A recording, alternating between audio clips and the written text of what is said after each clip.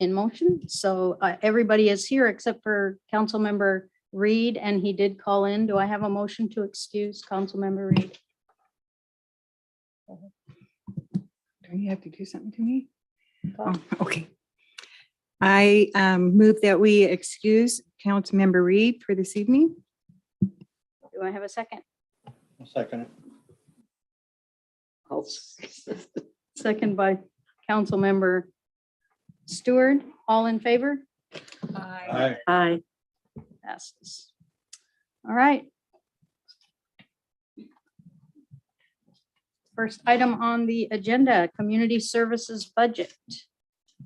Good evening, Mayor and Council. I'll be turning this over to Mr. Windish, but I just wanted to welcome you to the 2023-24 budget process. This is our first meeting with the mayor's preliminary budget for your review. And we're going to be going through a number of departments tonight, as well as our community services fund. So I'll turn it over to Ryan to introduce that, and we'll be hearing from some of our community partners that are seeking funding this year through the budget process. All right. Thank you, Jason. Good evening, Council. I'm Ryan Windish, your Community Development Director. And this evening, we have kind of a unique thing that we've planned for in this budget cycle, which is to hear from our community partners. And we've established a Community Partners Fund. And I'm not sure if this is going to be up on the screen or not. Oh, very good. We are rolling. Our producer he's first rate. Magic. We'll go to the next slide. Here, Okay, do I have control? You have control. I have control. Awesome. Perfect.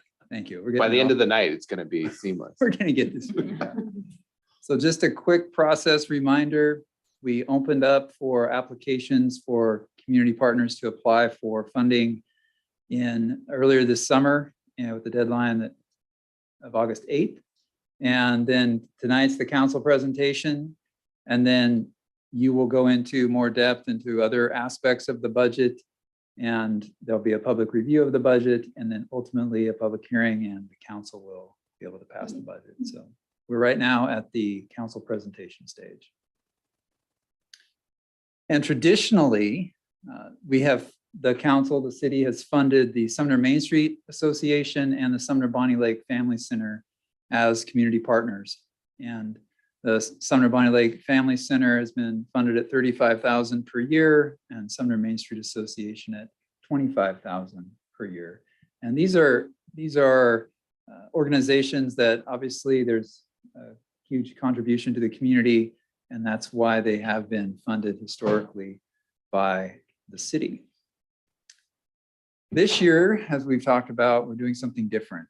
And really, this has allowed for other nonprofit organizations to apply for funding, to make an ask, if you will, in order to really look at the overall community needs and give council an ability to kind of assess where they want to invest money and into what organizations.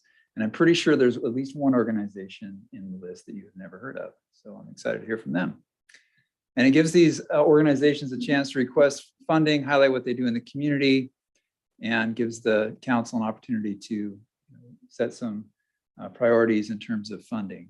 Now, the total funding available in the budget presently is $200,000. And I just want to say that, and we'll get to this, but the ask is $275,000. Sure. Go ahead, Cindy. Ryan, is that a 2-year request? Yes. Okay, thank you. And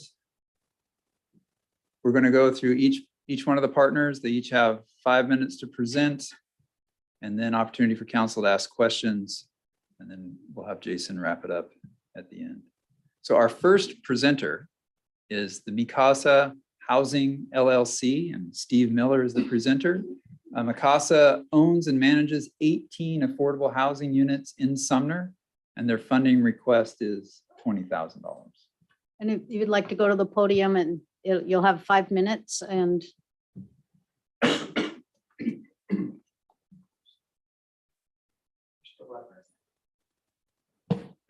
Oh, it's red already? there you go. 1 minute's down, no. 30 seconds to go. Well, thank you for the opportunity to talk about Mikasa and present our request. Mikasa is a 501c3 nonprofit charitable corporation in Washington. Our goal is to provide stable, permanent, low-income housing to very low-income families. That's 50% of area median income or lower. We were founded in 1990 by a Bible study group that got concerned about the housing situation, rising costs, and the growing disparity. I don't think it's changed, and decided to do something about it. Well, that group has entirely rotated off the board. We've got new players now, but we're continuing their vision. We try to provide housing that is integrated into the surrounding community, not free from the stigma of poverty. So if you drove by one of our buildings, you probably wouldn't recognize it. We have 3 fourplexes on Garden Street, 3 of the 4 of them on the I guess be the south side of the street behind the Fred Meyer, not Garden Street, Washington Street, and then 2 triplexes on Garden Street. They serve 18 households or about 60 people at this point. We consist of a volunteer working board. Half of us are here tonight. We also have about 4 dedicated volunteers. The board does all the work associated with managing a business. We contract with Callis Properties they provide full project property management services. Am I running out of time? Since 1990, we've acquired 38 rental units, and we have another 4-plex up on South Hill, 2 4-plexes on North Hill, right at the top of the hill, 4 duplexes in Northwest Puyallup, and that's our inventory. Our overhead, because we have no office or paid staff, is really low. So when you give us money, it goes directly to the into the projects. We try to run our operating budget based on the rents we receive, and then we write for grants or donations to cover the capital maintenance costs. We got $500,000 from the state of Washington and to redo the exteriors of the duplexes and the cabinetry. We finished that in 2019. Last winter, we put in a groundwater pump system in one of our triplexes, and we just finished a roof on the other triplex. So we're kind of proud to have most of our buildings in pretty good looking shape. Where it's been a challenge for us, we try to set our rents, keep them affordable, and keep people stable in their housing. So if they lose their job or have some financial crisis, we work with them. We can lower their rents, we can provide a subsidy. Where our challenge is the operating costs. Operating costs are rising. Our tenants' incomes aren't keeping up. Our average rent right now is about 2/3 of the low home rent rates. So I think we're trying hard. The money that you can provide that would help us with operating costs such as utilities, taxes, insurance, will go a long way to helping us keep our tenants in secure housing. And I'll leave it at that. Thank you. All right. Do we have any questions for him? Councilmember Stewart, go ahead. Thank you.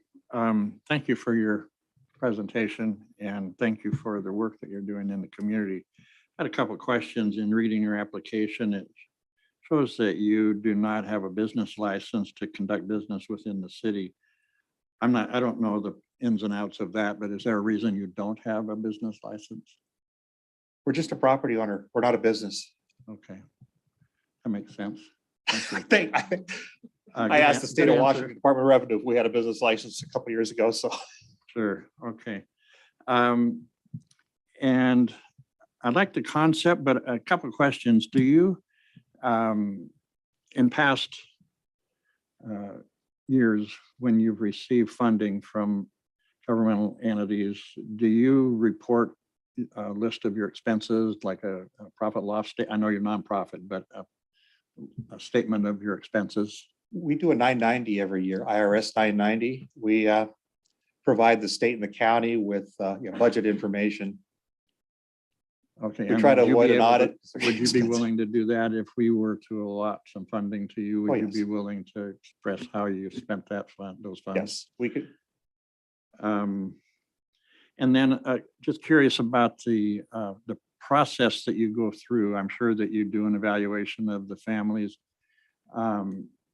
What's to keep them from just staying there and living with that standard below which Nothing you stops might them. ask them to go to We another. have a fairly typical standard lease under Washington State landlord tenant law. We have, if they're on a lease, you can terminate the lease if you need to, but that's not our goal. We've had people outgrow a unit, we're raising kids.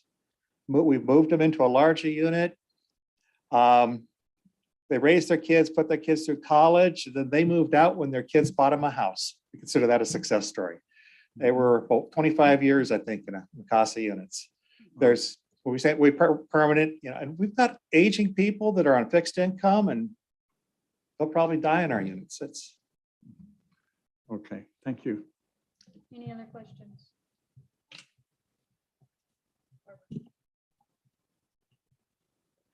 So the city's had a challenge with some property or people not paying their utilities. Do you know how current are your tenants for the utility fund? utilities. Like, the city of Sumner sends out a bill every month to homeowners for water and sewer. Okay, our fourplexes, we pay that. Wait, we pay all the water and Oh, sewer. So I think we're current. okay, well, that's good to hear because that's one of the challenges. I'll why bet. There's lacking some extra funds sometimes. So thank you. Councilmember Brown, do you have?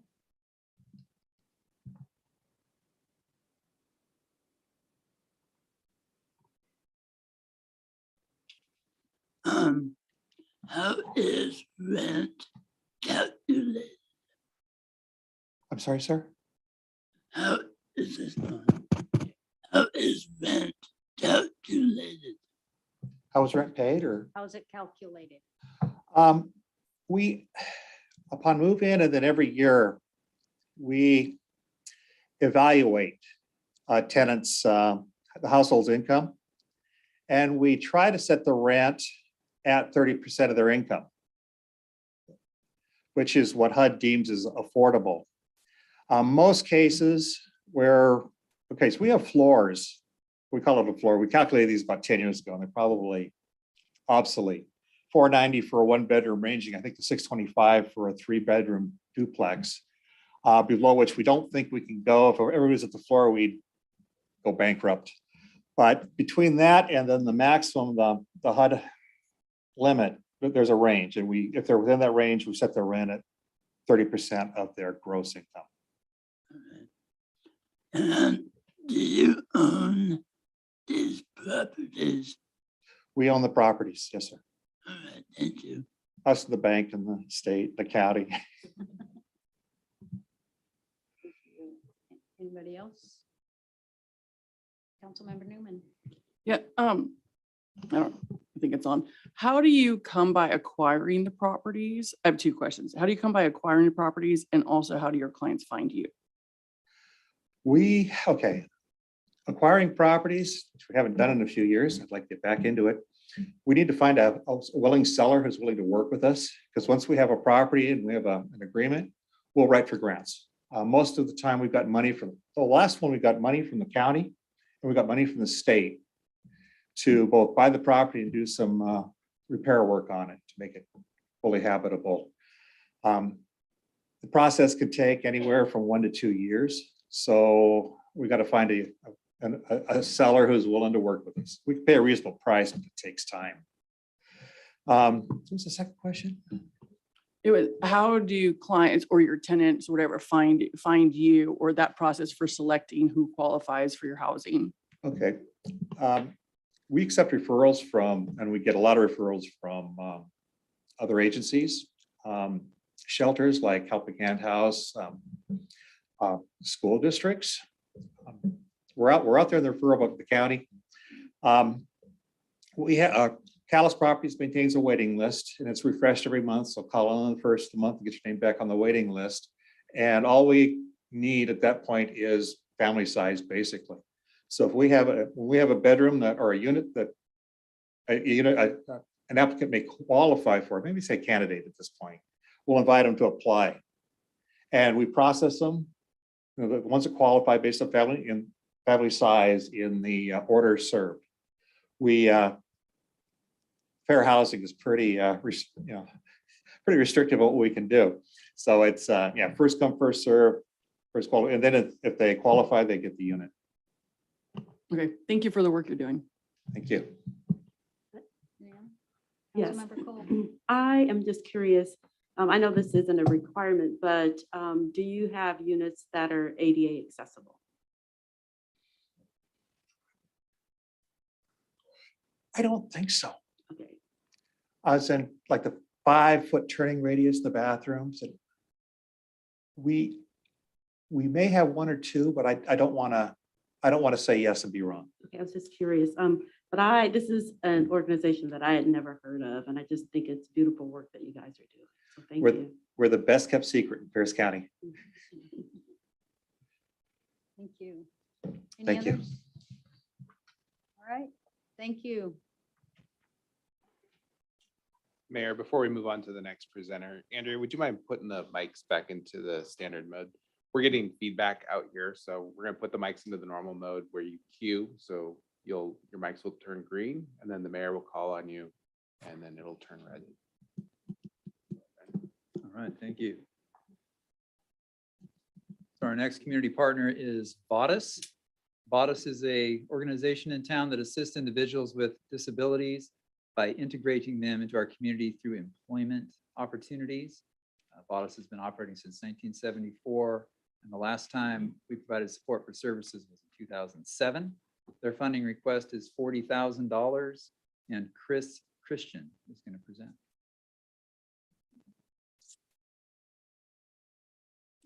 Well, good evening. Welcome. Happy to be here. Happy for the opportunity.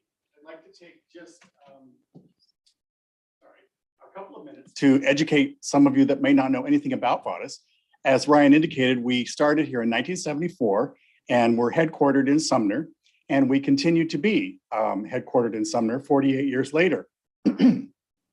We started off with very humble beginnings in the city of Sumner in operating in the basement of the old school gymnasium.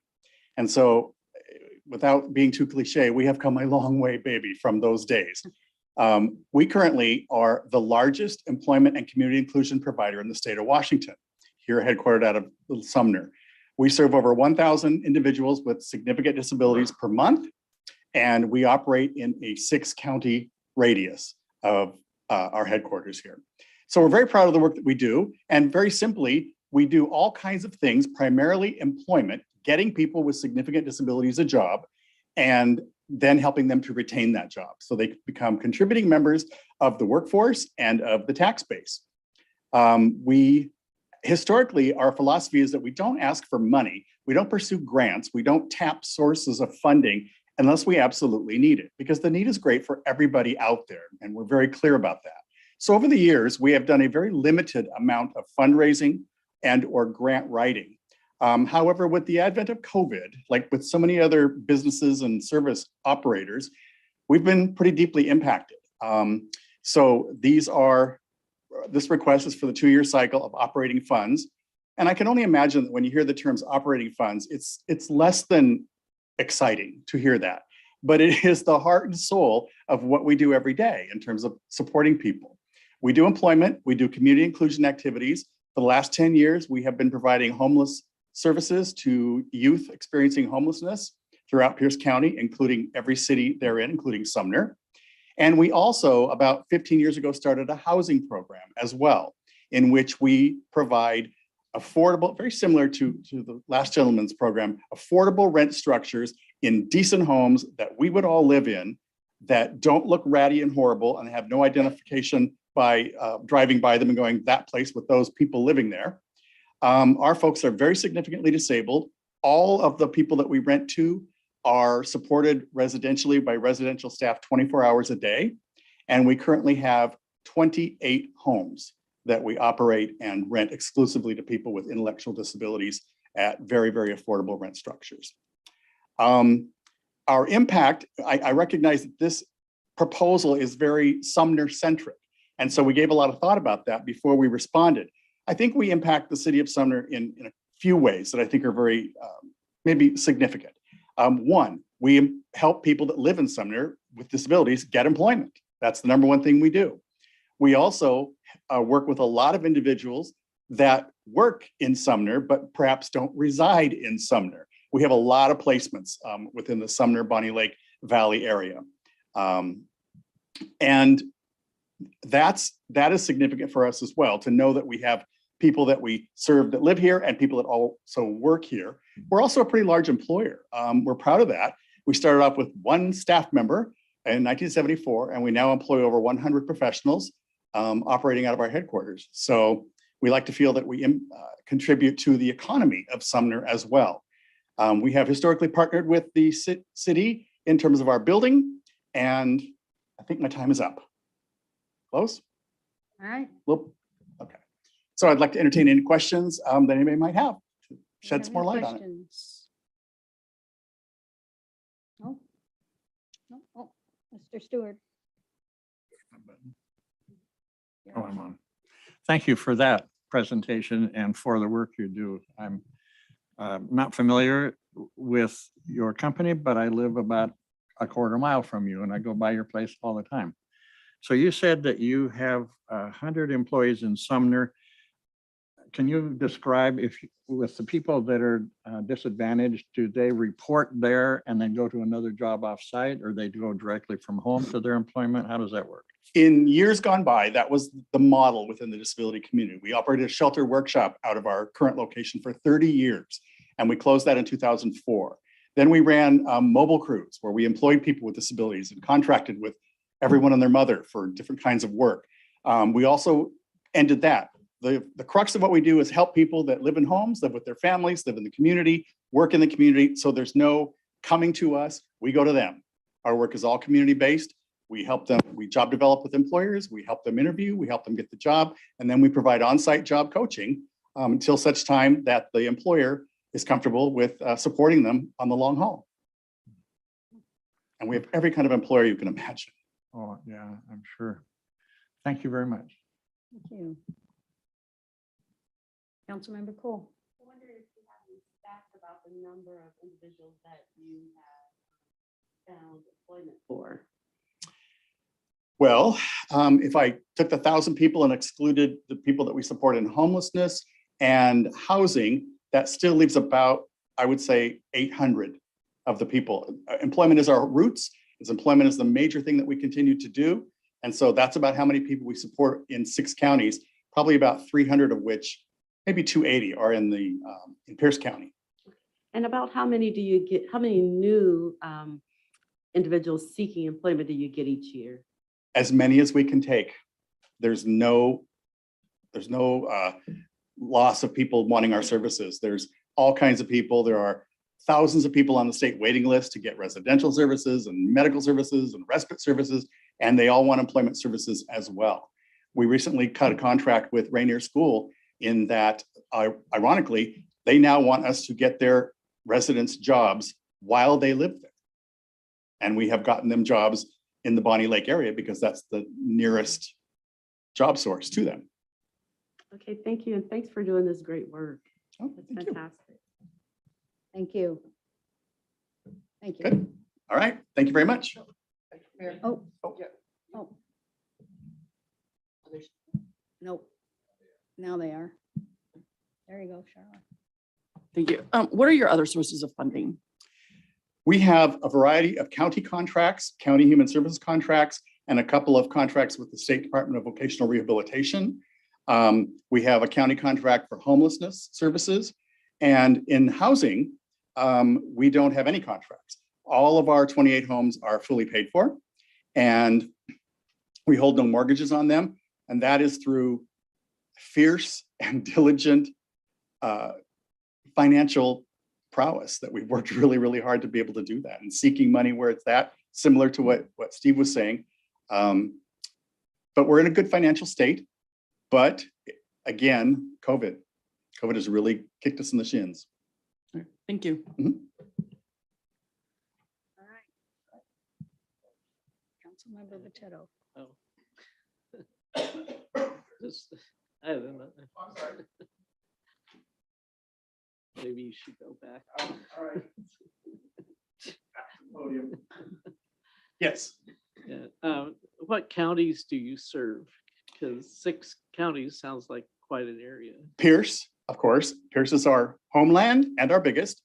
Kitsap, King, Snohomish, Thurston, and Mason. Okay, so they're all on the west side of the state. Yes. Yes. Yeah. We've been asked many times to go to the east side. That's a big jump. Yeah. There's, maybe you've heard of it, a mountain range in between. It takes a long time.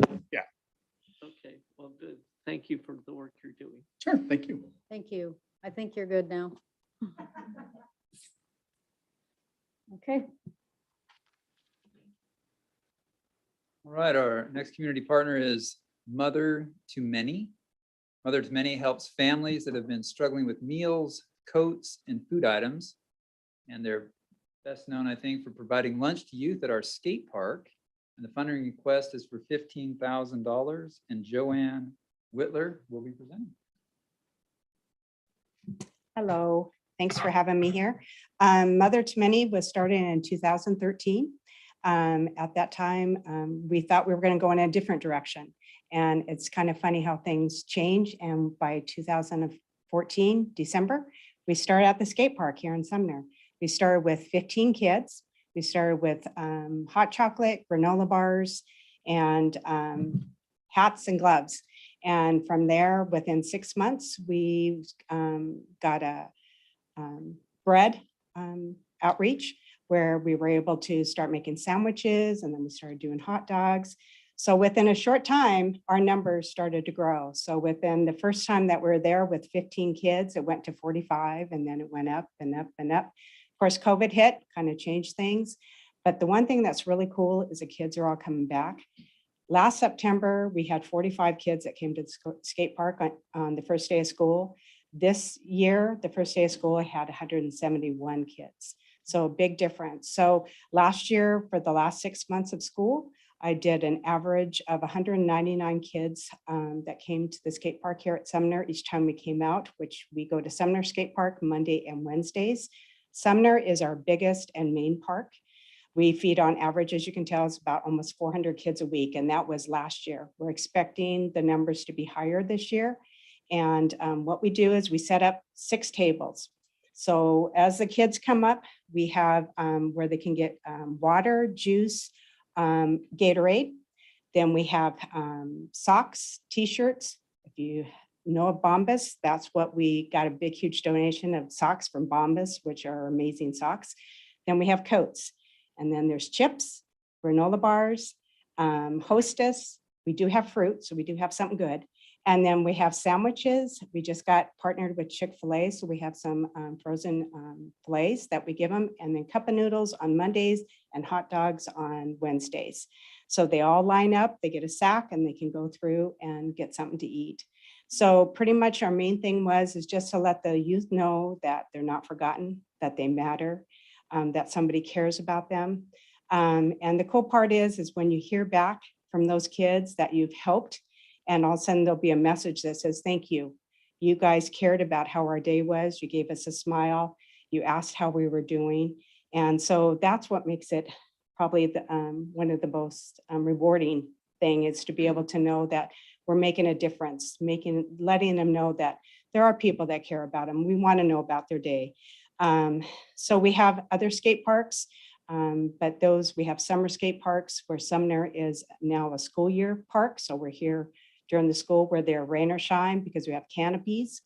If it snows, that's a different story. We do have a big hill to have to drive down, and when you got a big 16-foot trailer, it can be a little scary going down. So, but anyways, we help anybody. So pretty much when we first started, it was to work with homeless youth. And so after a while, I kept on going, well, you know, I don't see so many homeless, but then when it was put on my heart, just because they have a home doesn't mean they're not homeless. So those are the kids that we see, and we know that they come from homes that maybe they don't have any food or they don't have any parents that are at home. And we just want to make sure that we're there, give them something stable, and just be a positive part of their lives. So we've been at, this December, we'll be at Sumner Skate Park 8 years. So it's probably one of my favoriteest parks. So it's part of our home. Kids all went to Sumner High School. So this is where we love to be. So I'm hoping to get your support and your help, because when Costco that used to cost $200 now costs $400. So the prices have went up, and when you give out food to 400 kids a week, it goes, that garage that seems to be full all of a sudden is empty real fast. So we have a lot of people that help us, but we could always use more help. So I think that does it. Yeah. Any questions? No? Yes?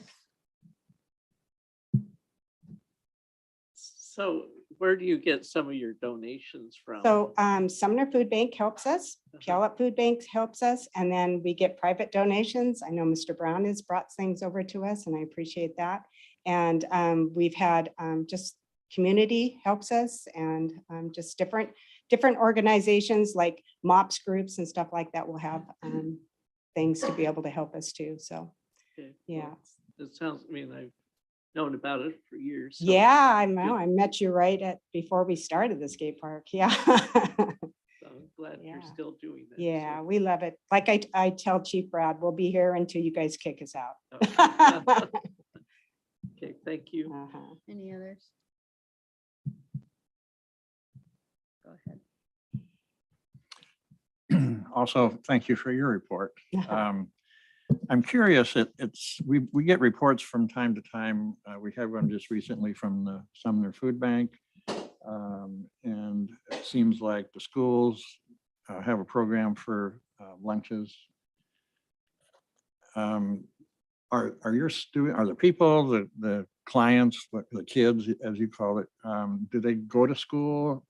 Most of them, and Yeah. they're like high school age or middle So school? the majority of the kids that we see are middle school and high school. So I'd probably say maybe 75% are middle school and high school. And then the elementary school, because they have to walk right by, they come right through there. We have parents that drive there and come and get, I mean, we built a pretty good relationship with the community. So they will drive and bring their kids to us. The high school, middle school will, their bus will drop off, and then they come over to see us. I mean, some kids walk quite a ways just to come over and get a meal and come over and see us, because they've pretty much, we've known them, some of them from elementary school, you know? Sure. So it's been great to see these little kids all grow up. So, Sure. yeah, we love it. Well, and I don't mean for this comment or question to be critical at all. We took a tour of the Senior Citizen Center here in Sumner, and I was quite interested in the menu that when they have lunch, and the suggested donation, depending on the age of the client, is $3 for people over 65. Have you ever considered a donation, like having some way of having, like if my mom was working when Oh, I I was understand growing what up, you're saying. she would love me to get lunch somewhere, but she'd be willing to pay a little bit Oh, for it. yeah. We've had some parents that, because they're okay, they'll come up and they'll give us $20 or $40 and stuff like Good, that. But a lot of good. the kids are coming from low income homes. So we've even had some kids that, because they say they'll have a couple dollars, and they'll, you know, I always tell them, you don't have to give us a donation, but they will. But yeah. So, but yeah, to have a donation thing out, I think a lot of them wouldn't have any money, and I don't ever want them to think they can't come and see us. Sure. You know, I want them to always know that, you know, come and get a meal from us. And do you coordinate with the schools so they know the kids are leaving campus to go and get? Oh, their they don't lunches? leave camp. This is after school. Oh, after Yeah, school. after school. So yeah, so they're not leaving campus. Yeah, no, we're not Okay. going to interfere with that part of it. So it's right after school, they come and get something to eat from us. Oh, So okay. yeah, it's always, so we're there from, we get there at 2 to set up at the skate park, and the kids start coming about 25 to 2:30, they start coming. And then they have a nice little trail from Fred Meyer. Yeah, it's sometimes it's kind of entertaining when you look over and you just see this trail of kids just all coming straight for us. So yeah, pretty Okay. cool. Thank you. All right. Any others? Oh, thank Okay, you. Thank you. All right, our next community partner is the Sumner Community Food Bank. The food bank provides supplemental food to Sumner families and connects them to other services in the community. Their funding request is $80,000. You want to remind the council that they did receive a one-time ARPA allocation of $35,000 last year. So, and the presenter is Anthony Apellis, he's the executive director.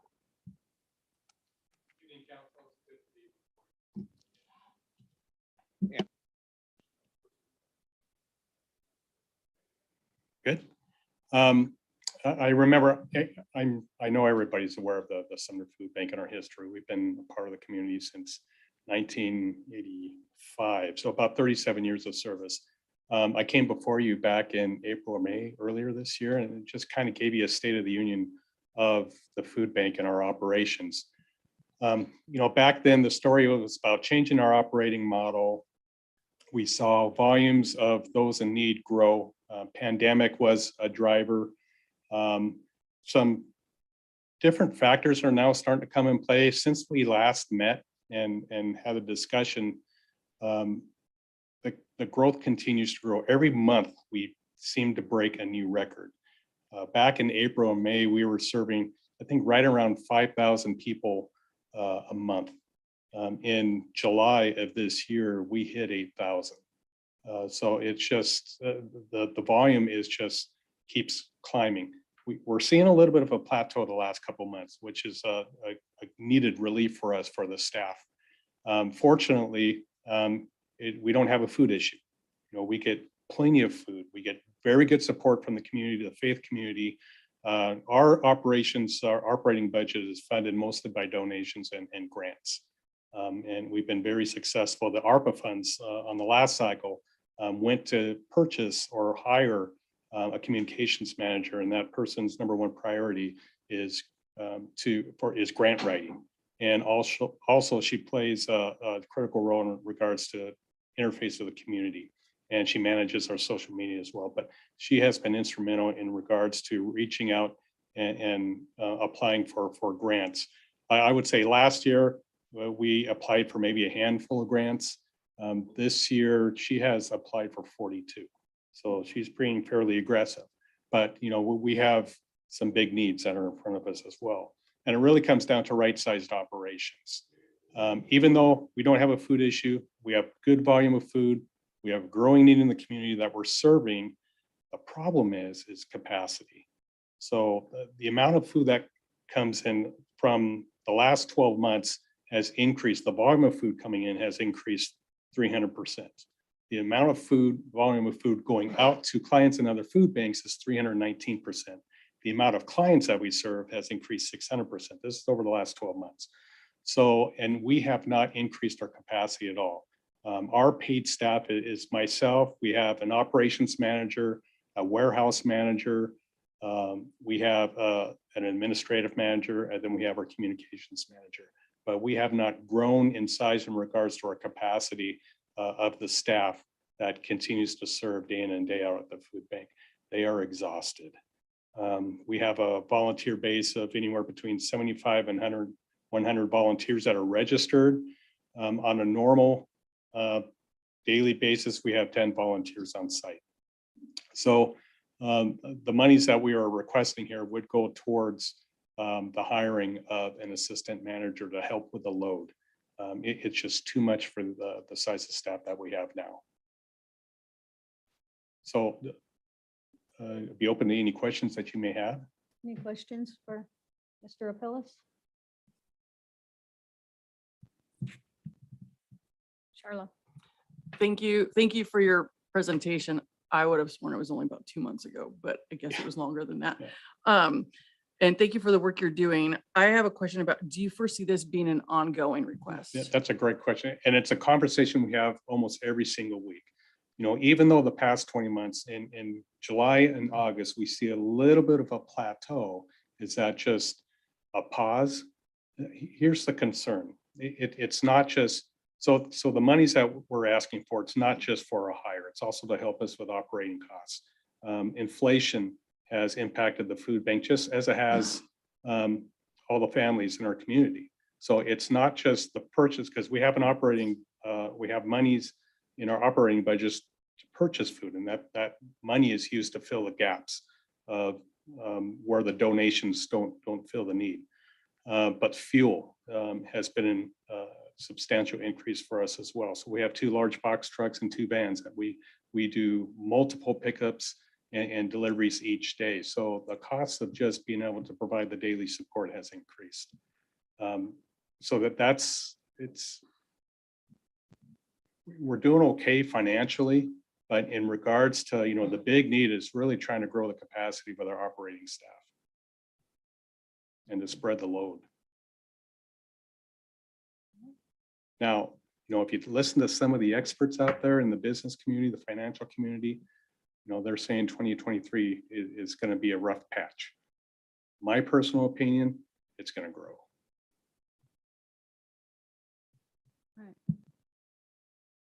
Councilmember Patetto. So I know that you've talked about adding on to your food bank, you know, building a new building. Correct, yeah. What is the status of that now? So we are currently working with JMJ Associates to try to come up with a future state vision for that. And they've put together 3 concepts on what the site might look like. We had a meeting with them last week, and we sat down, and, you know, they're good options. They look good on paper. You know, I threw out the question, okay, based on your experience and your wisdom, what are we looking like here in regards to an investment? And there's a little bit of sticker shock involved. You know, of course, construction costs have gone up all the way across the board. And so that is going to be an ongoing challenge for us as we move forward to try to figure out, what does this future state look like? You know, we're gonna, you know, I talk about being at full capacity with our staff, but even our facility, we're maxed out. So we have to figure this out, and we got a pretty short amount of time to do it in. So we're still working on that. Great. Okay, thank you. Thanks for asking. All right, anybody else? All right, thank you.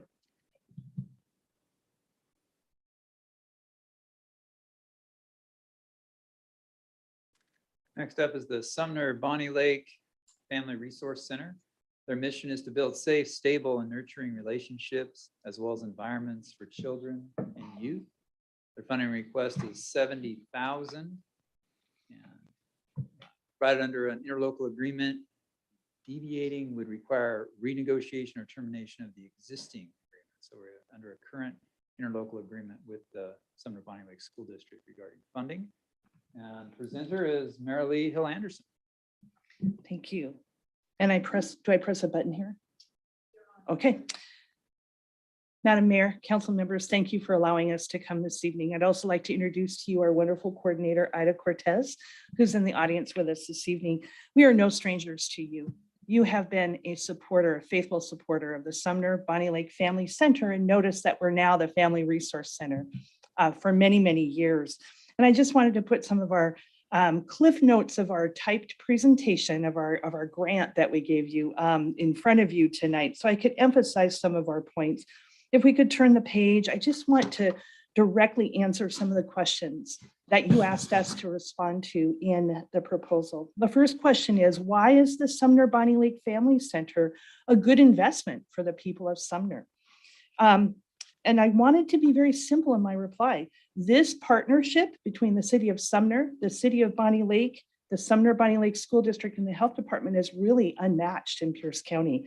We are tested, we are trusted, and we are tireless in serving your families. And I saw the word circa up there, but circa 1995, that's how long we've been in partnership with each other, serving our families. And if we could flip to the next page, and we're still growing. One of the reasons we're asking for sustaining funding, not an increase in funding, but sustained funding, is that we're growing. We took some big hits with COVID like everybody did. But we now, because of your base funding for our Family Support Center, we're attracting new business. We're attracting new people to come and serve our families. Some of you heard my presentation in June, so this might be a little repetitive, but we were very, very blessed to be the next site in the county that Sound Outreach expanded to. And that was an investment of over $300,000 from the Kaiser Permanente Foundation and Pierce County United Way and Pierce County to establish a Center for Strong Families site, a Family Opportunity Center at our Sumner Bonnie Lake Family Center. We're thrilled, we're ecstatic.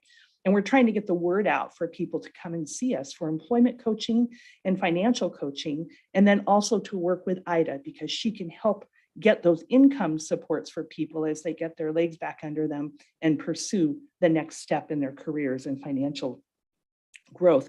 You also see Puget Sound ESD, their logo there. I'm running out of time already. We were very, very blessed that they were awarded $100,000, and we now have a new part-time Latinx family advocate to work alongside Ida in our family center. We share her with Buckley. We share many families, so we're super excited to have her. And that of my own budget too, I didn't put this in here. We now have a 5-hour-a-week family support worker for our new Russian and Ukrainian families coming to the area. The district is basically enrolling a new family from Ukraine about every day now. So, and they are fleeing violence from the eastern part of Ukraine. Our interagency partners, which you know, the cities, the health department, the district, ESD, and I've talked about the other partnerships with the United Way, Pierce County, the Reach Center, Department of Commerce. We were able to bring in about $48,000 to directly help mostly homeless teens and families last year because of that grant. And I cannot say enough about our partnership with the Sumner Rotary Club, and our council member Botetto and I are partners in crime so often in helping our families. But here's the point that I need you to know is that a lot of this wouldn't be possible without your funding. Your funding is the bedrock that we use to say, look at the commitment of our local cities in this kind of work that we do to support our families, our children, youth, and families in the community. If I flip to the next page, you've seen this before, but we're not in it alone. I know most of the people in this room and love them. They do an amazing work. I want to stand up and applaud for them too, right? But many of them are partners of ours, and we have many, many other smaller organizations that support us as well. What will we accomplish with our support? Bottom line is we want our families to thrive, right? Parents are their child's first teacher. We want our families to be able to focus on stability and not feel that stress of economic burden or homelessness, and focus in on healthy parenting. I want you to just flip the page quickly as I'm running out of time. We use the 5 basic principles of the National Family Support Network. We're part of a 9 family center system in Pierce County. We are held accountable by the health department for our outcomes. And I could go through each of those bullets for you about what those mean, but those are outlined in our proposal. And when you want to know what family support looks like, here you are in our community handing out backpacks. You are doing amazing things in partnership with us, but it also looks like people who sometimes are crying in my office because they don't know how they're going to pay rent. So I am now out of time. I could tell you more stories, and you know I could, but I just can't thank you enough for your partnership. Alone, we can do so little, but together we can do so much. Thank you. All right. Do we have any questions for Mayor Lee? I'm waiting. Councilmember Botetto. Well, I'm very much involved because of the relationship between Sumner Rotary and the Family Center, and the need that, like 2 weeks ago, we helped a family stay in the hotel because they were homeless, and they, you have 4 kids in a, didn't sound like a very big car, but, and a dog. And just the importance that the Family Center is in making sure kids get to school. And, education is very important in the long run for these families. And so it's just good working with both Ida and Mayor Lee with that project. Thank you. Mom texted me and she said her boys will be in school tomorrow. they ran out of gas and had no phone coverage, or up in Carbonado, but they found money to get to our schools tomorrow. But that's what your investment means. So thank you. It happened. That's good to hear. Thank you. Any others? Thank you. Thank you. I just would like to also, if I could, leave this copy of the violence prevention report. It's off the health department website, but this is, we feed data into the system from our family center, and I'd like you to have this available just to take a look at how we're held accountable for what we do out of the family center. Thank you. Oh, should I give it to you? She says, no, give it here. Thank you. Thank you.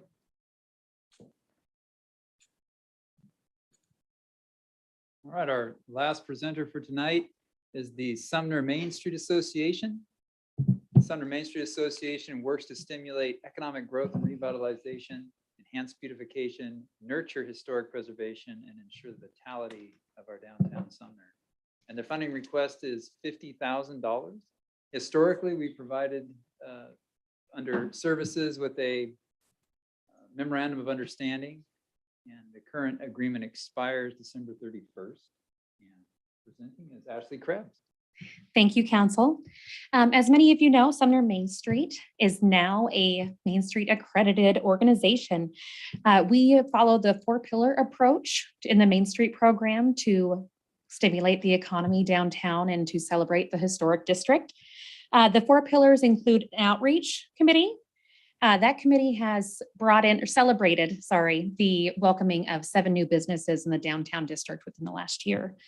Economic vitality, they take care of giving 70 different businesses resources that are needed within the downtown district.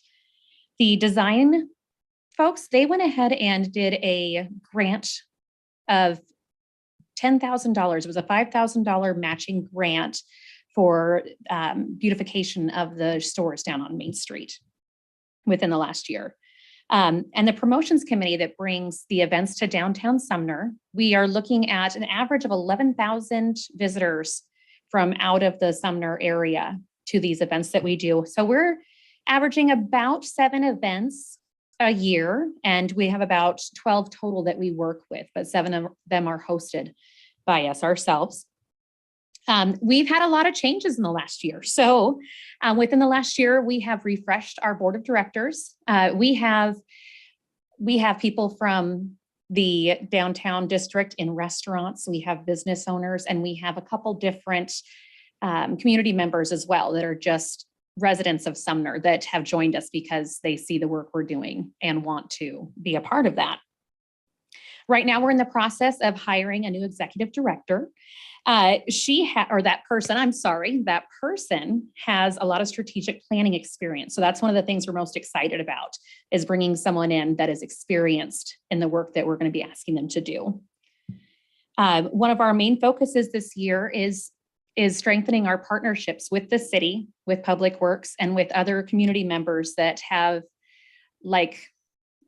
the same kind of ideas that we have going on. One of the ways we did that was we worked with the Cruise Sumner crew to bring a great Classy Chassis car show. So with them, we were able to bring in a lot more cars than we were expecting and a ton of people to Sumner, and we did it as seamlessly as we could. Since we were last here, we were asked if we could diversify our funding, and we have done that. We have got partnerships now from different community members to help bring some of our events your way. And one of the things that we're really happy about is that we haven't been asking for an increase in our funding. So we're hoping that if you guys are able to help us and support us, that we can provide more education and training for our business owners downtown. And we would also like to eventually look at bringing additional staff into the office to help facilitate some of the event coordination, because the events that we're hosting are so time consuming and we are a volunteer board. That's it. Thank you. All right. Questions for Ashley?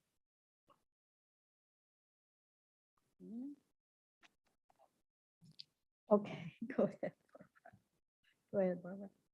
But how long have you been without an executive director? Because I've since the last one, I didn't realize he was gone already, but I just hadn't heard anything. So. Yeah, that's probably been, I want to say, about 3 or 4 months now. since we've been without an executive director. There was a big shakeup, but we're really excited about the direction that the Main Street organization is going in now. Well, that's good. Good to hear. Thank Thank you. you. Thank you. All right, Thank you. thank you.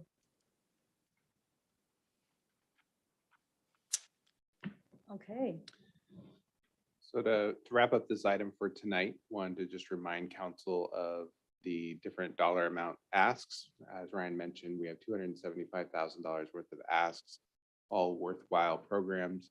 Unfortunately, in the budget today, we only have $200,000 allocated. We will be bringing this back to you at next week's study session for a discussion by you all on how much you'd like to allocate per requester. And then this is also something that you could consider adding more money into the budget once we get through all of the other department funds. Because what you're going to see throughout this budget process is there's a lot of unfunded need throughout the city, and it's how best you want to allocate your resources. okay, do we have any discussion on this? Anyway? No? Okay, so this will come back next week and you guys are all welcome to stay. You're welcome to leave, whatever you want to do. We're going to talk about the budget, so if you brought your pillow and blanket, you probably could stay. But thank you very much.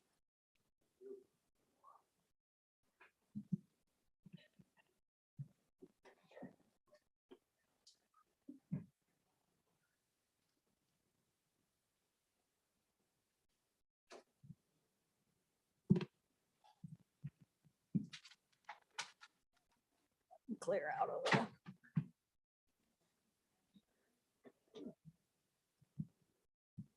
Okay.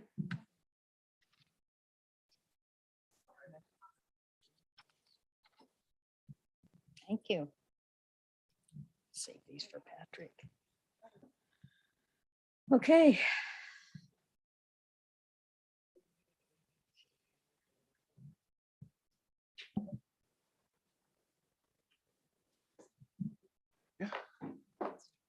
All right, Mayor. Ready. So let's move on to the 2023, 2024 budget process overview. And I will call on Jason and Cassandra. Thank you, Mayor. Wait for Mr. Steffens to pull up our presentation here.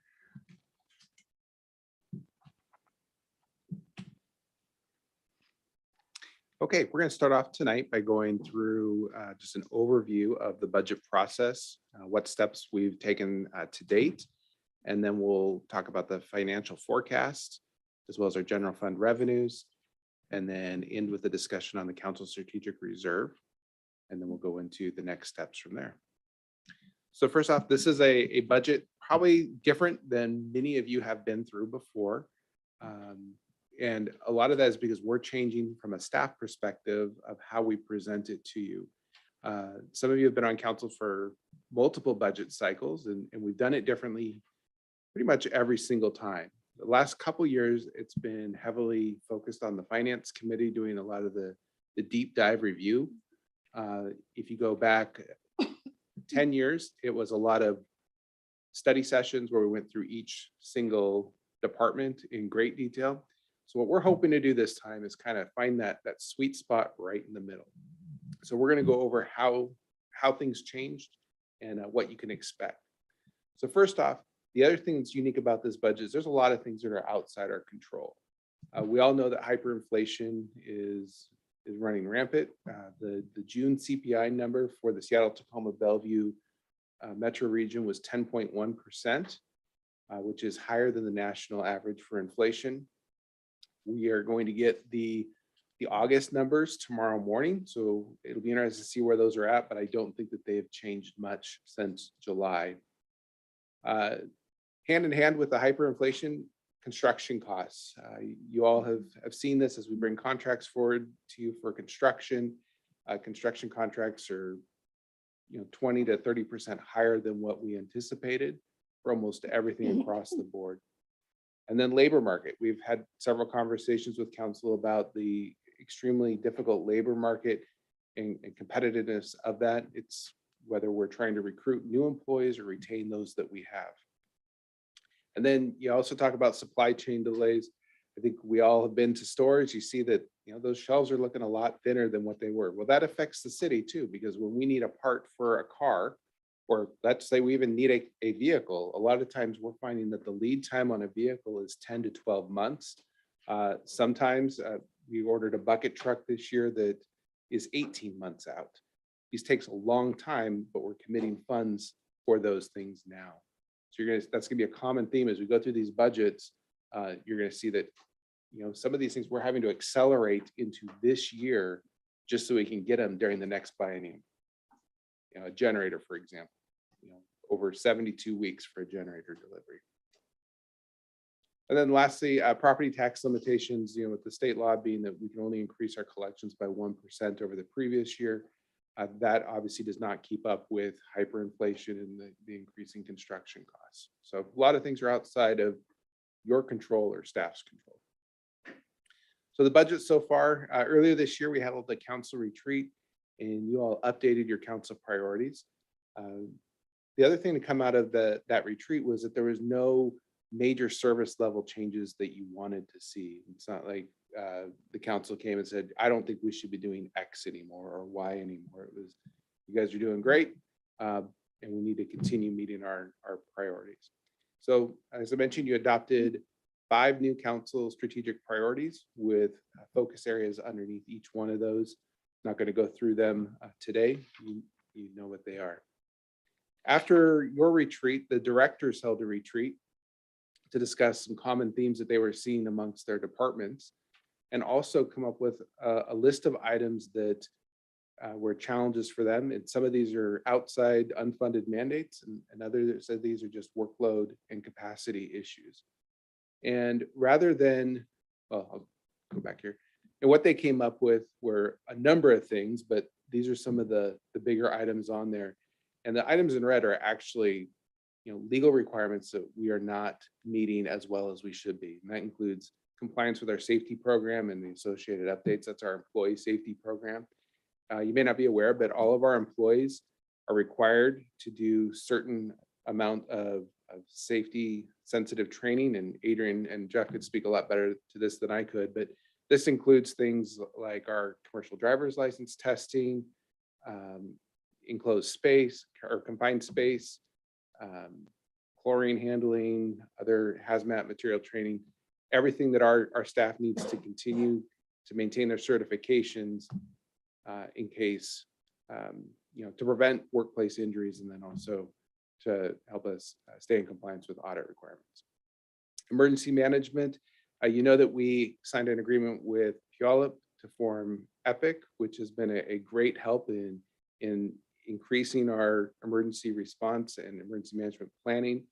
However, it also highlights some areas that we have not been doing as well as we should have, in making sure that we are compliant with national standards for sheltering and readiness. Managing of our city utilities, utility CIPs, we have a number of capital improvement projects that have not been accomplished in the last couple of years, and that's clear. It comes down to not having the bandwidth and the capacity to do those things. And I know both the Public Works Committee as well as the Finance Personnel Committee made some effort in changing that at their last couple of meetings, and that'll be before you for consideration next week. Pre-treatment inspections and sampling, including the engineering support of such and the inspection of public and private projects. We are required starting next year to do a pre-treatment program, including all the inspections that's required by the state of Washington. And that's an unfunded mandate that we have to take on.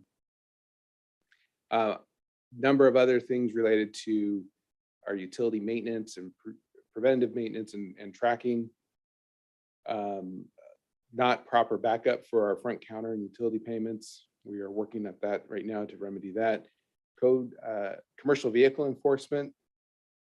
That's something that was brought up at the council retreat. It's also something that we spend a lot of law enforcement time and code enforcement time dealing with illegal truck parking, as well as collisions that result from commercial vehicles. Code enforcement or community standards officer, it's really the same thing, it's just a nice, more friendly title to it, but code enforcement has been a 100-pound gorilla that our city's been dealing with. And by I mean that there's just a number of complaints that come in. We average about 55 complaints a year, which doesn't sound like a lot, but these complaints take multiple staff members weeks to clear out each one of them. Because I'm not talking about high grass or illegal parking. We're talking about land use type complaints. So illegal grade and fill, illicit discharge. Those take a lot of time. That's where people are dumping bad things into the sewer system or into the storm system. Building plan review, parks and cemetery, we've addressed that, as well as long range planning needs. All of these items, on their own impact our ability to meet council strategic priorities. So what we did is we looked at these challenges, and rather than saying, well, we need a staff person for this one, a staff person for that one, we said, let's look at what is the work that is not getting done today, and how can we creatively solve this problem by either reassigning work to a different department, combining two different roles, really minimize the impact on staff increases. So we walked into that director's retreat, we had 15 positions that were initially requested.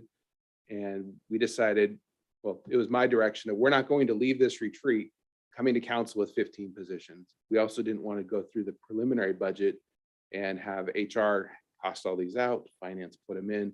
So we put our heads together and we said, okay, if we came up with these 5 positions, we could help council achieve their strategic priorities without having to impact unnecessarily the department is building the budget. What we came forward with was an assistant engineer, an emergency management / safety coordinator. This is a good example where we took 2 unmet needs and put them together. The code enforcement officer, an engineering technician, and then a commercial vehicle enforcement officer. I will point out, while that moved forward in the preliminary budget, has been since stripped out, because originally that was a plan to be a partnership with the city of Fife, where the code enforcement officer would be shared, not code enforcement, to be commercial vehicle enforcement officer would be shared with the city of Fife, and they did not move it forward in their budget. Therefore, we have since stripped it out. So at the end of June, all the departments had to submit their proposed budgets to finance for initial review, and then onto the mayor and myself for the executive process. All of the requests were evaluated against the council strategic priorities, as well as for overall merit and cost effectiveness. I want to point out the majority of the budget is non-discretionary. What I mean by that is most of what is included in these department budgets is labor or a contracted service. You can't balance the budget on office and operating supplies, essentially. So any significant changes to the budget are really tied to your labor or your outside services. And I will say the asks greatly exceeded the anticipated revenues. So myself, finance, and the mayor, we really put a critical eye to this and made sure that we could get a balanced budget that also addressed some of our unmet needs. What you're going to see this time is also a little bit different, because while we're presenting to you a balanced budget, we're also going to be highlighting some of those items that we did not fund, or some of the items that maybe the department asked for a certain dollar amount, but the executive branch lowered that ask to something lower than what they wanted. And we're doing that because we just want you to be very transparent with council that while this budget is balanced and it makes good strides to accomplishing your priorities, it doesn't do everything that is probably needed to provide all these services. We'll turn it over to Cassandra, who'll go over the financial forecast, our revenues, and then we'll go on to next steps. Okay, the numbers. So when we were looking at our financial forecast, tonight we're going to look at the general fund because that really is the operating portion of the city's budget. As we move forward in the study sessions and the various reviews of programs, we'll talk about the revenue streams for the other funds, but primarily like in the capital funds, our revenue streams are grants, other partnerships, system development fees, and in some cases support from city revenues, whether it be general fund for property taxes or REIT for real estate excise taxes. So we'll talk about kind of those buckets of funds as we get into those specific fund areas. But for tonight, talking about the general fund. And when we do our financial forecast, there we go. We are looking at our revenues as a whole as well as individually. In the general fund, we're always looking at our top revenues. Our top revenue is sales tax. It's the largest revenue source into the general fund, but it's also the most volatile. And that's the one that we are keeping a very close eye on. We report monthly to the Finance and Personnel Committee, especially right now with the inflation environment. You know, it's as prices rise, we see an increase in sales tax, but there's a point of diminishing returns where it begins to change consumer behavior.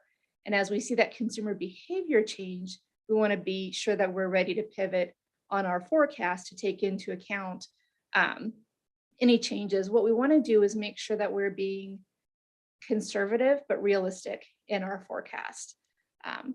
We also look at the diversification of our sales tax base, and that's something we look at monthly with Finance Committee, what those top 5 remitters are providing, as well as who's number 6 and number 7, you know, who's kind of coming up on that list. The more diversification we have in that sales tax base, the healthier it is for our future.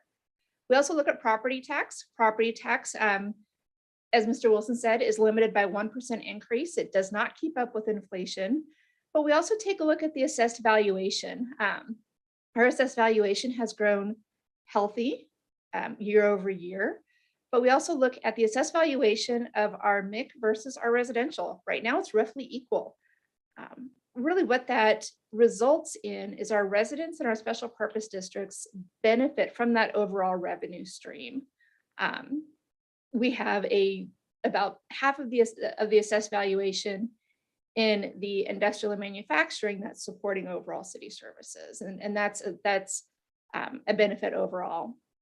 When we look at our charges for service, these include our development related revenues. That is one of our strong revenue sources, but it is completely dependent on development activity. So it's difficult to forecast, and it's one that we watch closely. And then our utility taxes. These are taxes that are assessed on electric, gas, water, sewer, and stormwater, as well as telephone and cable.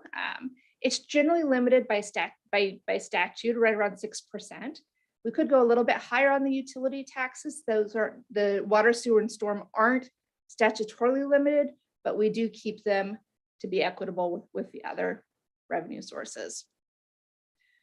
When we are doing our forecast, we distill the forecast for the general fund down into a couple of graphs, but really what it's based on are line by line analytics for each revenue stream as well as our expenditures.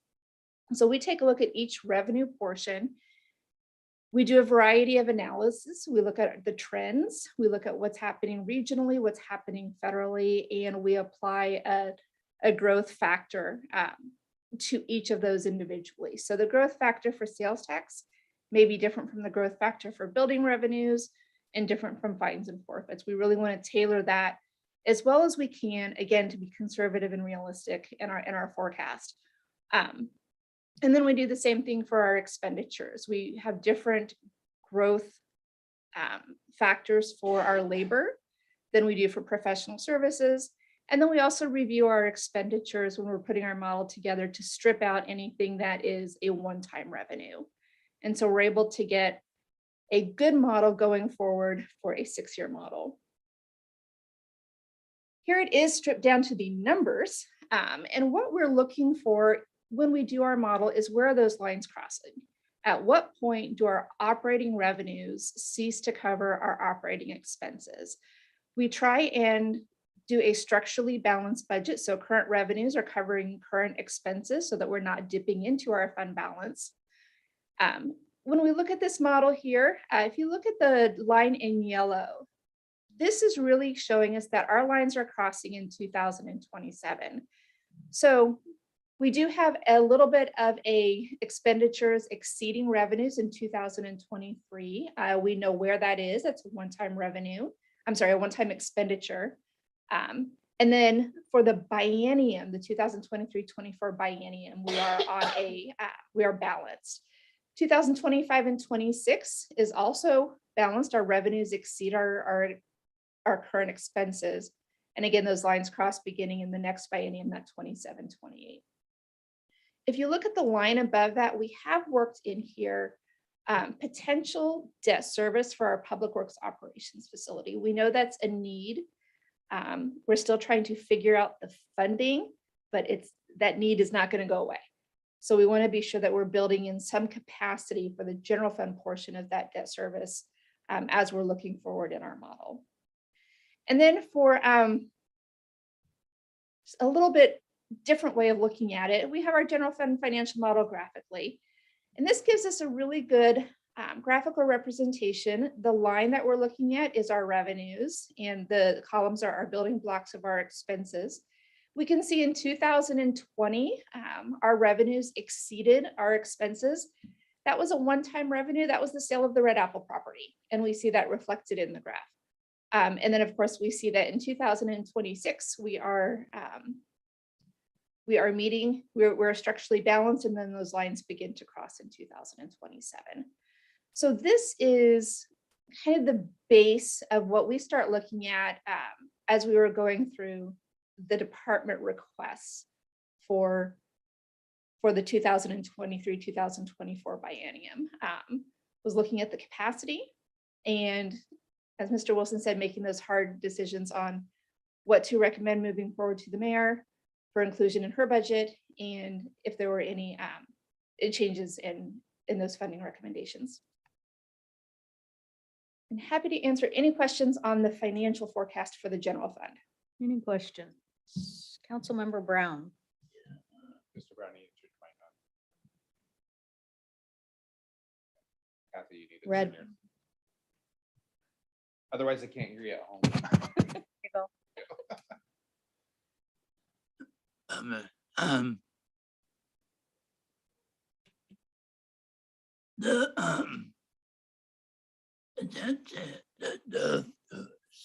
Is that in this? The sale of the golf course, the revenue associated with that is not included in this because we haven't realized that sale yet. So that's a whole nother meeting topic. If council would like a briefing on the status of the sale of the golf course, we can certainly get that scheduled for you. Is there a guess of when it might happen? Are you gonna hold me to it? Probably 24. Is that good, Andrea? All right, 24. All right, thank you. So from the accounting perspective, my preference is not to count those chickens until I have a closing statement in front of me.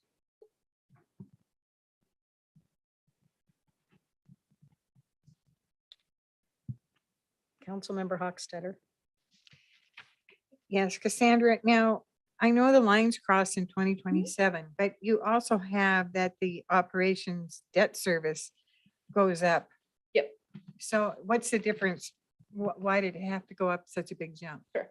So we've been talking about a variety of options for the construction of the operations facility. What this is predicated upon is doing some of the initial site work first.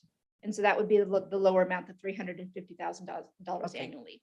Doing the site work, and then once the site work is done, using interim financing, then going out for the construction financing. So that's why you see it go from $350,000 annually for, I believe, 4 years up to $750,000. Okay. And then, of course, that's the general fund portion.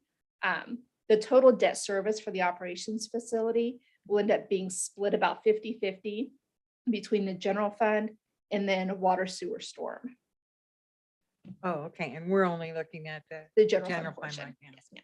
All right, thank you. Councilmember Stewart. Thank you. Cassandra, thank you. A nice report. I got a couple of questions. On the pie chart, utility taxes here over $6 million. How is it the general fund gets any money from the utilities? So we assess a utility tax on, are you talking specifically water, sewer, and storm? I don't know. It just says utility tax sure. on the pie chart. Sure. So the utility tax on the pie chart is made up of a 6% tax that is assessed onto the provision of utilities. So for example, Puget Sound Energy remits us quarterly a report showing all of their taxable base and then 6% of that amount. The same thing with the telecommunications companies. And then for water, sewer, storm, it's on there as well. And so that's calculated by finance based off of the month's service charges, and then calculated and remitted by journal entry. But it's coming from each of the individual utility purveyors. Okay, thank you. Then one last question and a comment. I've learned years ago that budgeting 101, if your revenue doesn't come up to your expenditure, you got to figure out what to do, either raise revenue or limit expenditures. And it doesn't look like, based on the preliminary information that we've heard, that limiting expenditures is going to be in the cards very much. So what's your recommendation? I think one of the things that we will have more information on as the year goes on is additional sales tax diversification, as we see new businesses continue to open in the North End. We're starting to see some of that now. And we saw that happen with, for instance, with Poulsboro RV, a new business coming in. I think as we get into, the end of the next biennium, we continue to refine the financial model. And so as we are looking at changes in programs, changes in revenues, is something we'll be watching. Well, I know from past conversations with you that you're very skilled at being very conservative with your estimates, and I really appreciate that. That's so much easier to work within that those numbers. Just a personal observation. I worry about the future if we don't do something. We cannot continue to put things off or limit. I mean, our staff is so overworked. So I hope that as these discussions come along, that we figure out a way to build up the revenue rather than limit expenditures. I mean, it sounds almost hopeless for someone in the political arena to say that, but personally, I really feel like we need to do all we can to, and I don't know, I'm preaching to the choir here, but just a general statement. So thank you very much. Thank you. I appreciate that. And I know that Mr. Wilson, Mr. Steffens, and I, we spend a fair amount of time trying to brainstorm other revenue sources, programmatic changes, how we can maximize and kind of wring every cent out of every dollar that we can. Okay, thank you so much.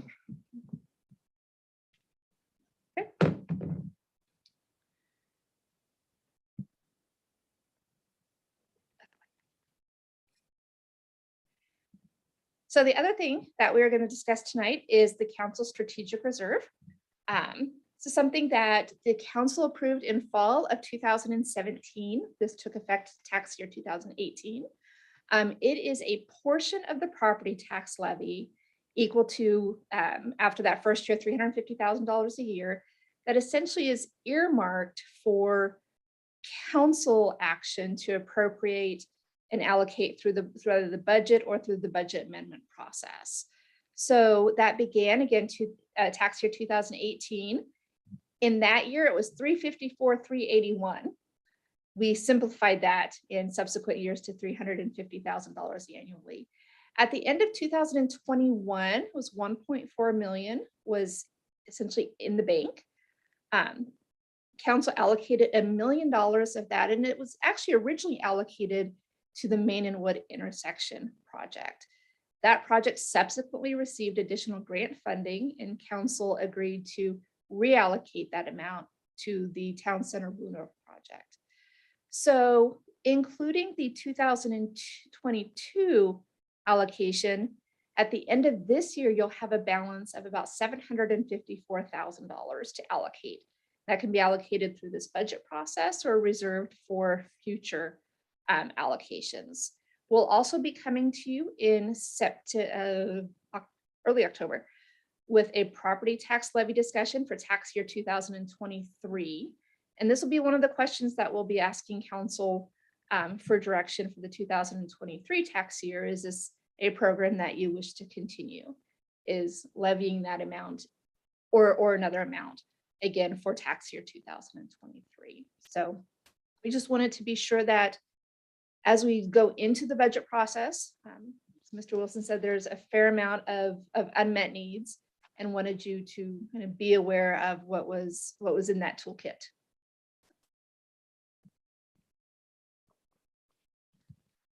Any questions about council strategic reserve Council- before we move on? Councilmember Botetto. Yes. Well, after hearing, I mean, there's always the need, you know, the community groups that are helping us with people in the community. And, you know, like the ask was for 275. And I would like to state that I would like to see 75,000 from our our council reserve fund be put into that pot, because each one of those agencies really provides such a service that, you know, the city can't, you know, you'd have to spend so much more money to provide, you know, those social service and different types of activities. And so I really would like to, for myself, put that on the table. Anybody else? Councilmember Brown. Red.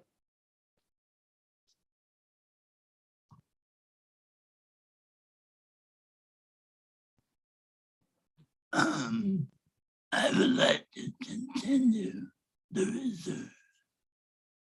I'm not opposed to Bud, but I think the reserve is something that might come in handy. Thank you.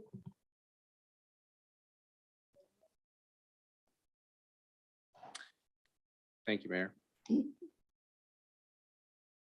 All right, next steps, what to expect. The presentations you're going to hear from departments are obviously not going to cover everything that's in the budget.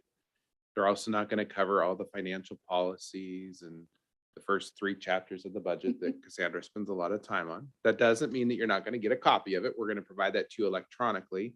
And then at each one of your budget meetings, we're going to provide you the budget sheets as a handout, right? So you can look at them. We've designed the budget presentations to closely mirror the budget sheets. And for those of you who have seen our budget, it looks completely different this year. Okay. A little more snazzy, a little more reader friendly. We're actually excited about it. So we hope that you find it easier to read and understand. So each budget will go over the major goals and expenditures that are in that department and how they fulfill the council's strategic priorities. We're going to do something new this year. We're introducing key performance indicators. So each department has key performance indicators that they are going to report back to you at the mid-buy of how they're doing at meeting those KPIs. And that's something that we hope to continue in out years. So you actually will be able to see how is each department doing and how are they fulfilling your strategic priorities. The presentations are going to highlight the ongoing costs that are just something that has been buried in the budget for a long time, but they're significant expenditure, as well as one-time asks. And then we'll be reviewing equipment and capital costs, identifying any personnel changes, and then, as I mentioned earlier, going through the requests that were not funded in this budget. And on top of that, maybe some other items that the executive team feels that you do need to be aware of, and you might want to consider changing the budget or finding the funds to meet those needs. Next several slides go through the schedule. We've handed these out to you before. Nothing's changed in those. So we're gonna have a busy few months as we go through the budget. Any questions before we move on to department presentations?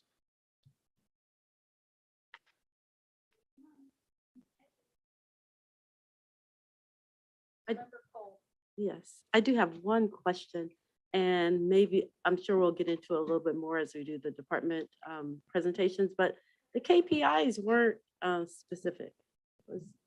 They were kind of broad. Like maybe it was, I can't remember the specifics, but I didn't see any numbers associated with, maybe, I don't even know if it said increase service, X services, or, by percentage or anything like that. It just says more, garbage service, for example. I didn't see increased garbage service. Is there a specific reason why? Some of these we don't have data points on, so it might take us a little bit to refine those and come up with those data points. But if it is an item that we have data, we'll be building that in. And honestly, we're open to hearing your feedback about the KPIs. If there's something that would be more meaningful to you, and if we can produce it, we're happy to consider that. Okay, thanks. Yep.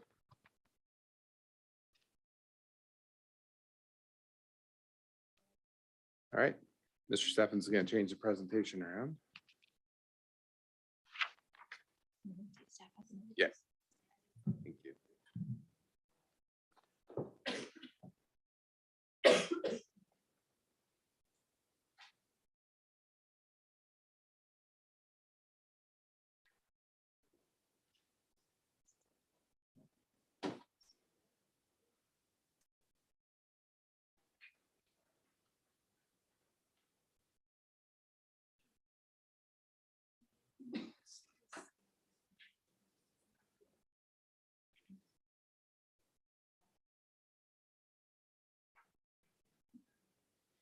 I'll hang it in there.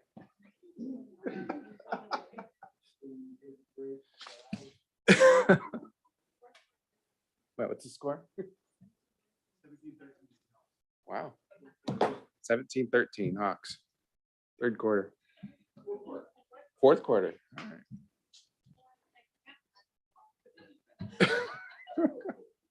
We're in first place. Don't forget that.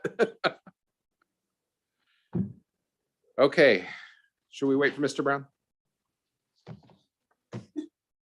Okay. All right, just a review slide where we're at in the process. We're at the council review. This is for your information as well as the public's, so they can provide input in a meaningful way as we get into October and November before you pass the budget by the end of the year. So we're gonna start off with your department, which is legislative. So department highlights. Obviously, you all serve as the policy makers for the city, and you set the general direction, leaving all the details to your employees. Council also represents Sumner in regional committees for such things as affordable housing, communications, and regional growth. In 21 and 22, one of your accomplishments was you adapted to the new normal of hybrid meetings. You also studied and realigned your strategic priorities. And you focused on recruiting and retaining employees, land acquisition for parks, affordable housing, White River restoration, and you added additional transparency through body-worn cameras for police. Part of the legislative responsibilities is relationships with state and federal representatives to protect our home rule rights and access to funds that support city strategic priorities. For 23 and 24, the goals that we have included in there, but this is ultimately your department. So if you have other goals, this is a good opportunity to share those with us, but it's to continue to balance public demands with an unpredictable economy, make the difficult choices to fulfill strategic priorities with those revenue challenges, and respond to increasing unfunded mandates and shift of local decisions to the state level. Long-term goals, this is your vision, set the standard of excellence for a progressive small city, and also represent the best interests of the people of Sumner in a rapidly growing region. Those are your priorities that you have adopted. The significant budget line items in your budget are the Jurassic Parliament training, which is scheduled for 2024. The AWC conference and registrations, that's 2 attendees a year at $1,600, as well as lobbyist fees. They total $180,000 for the biennium, $108,000 of which are actually coming from the Storm Utility Fund. Any questions about legislative?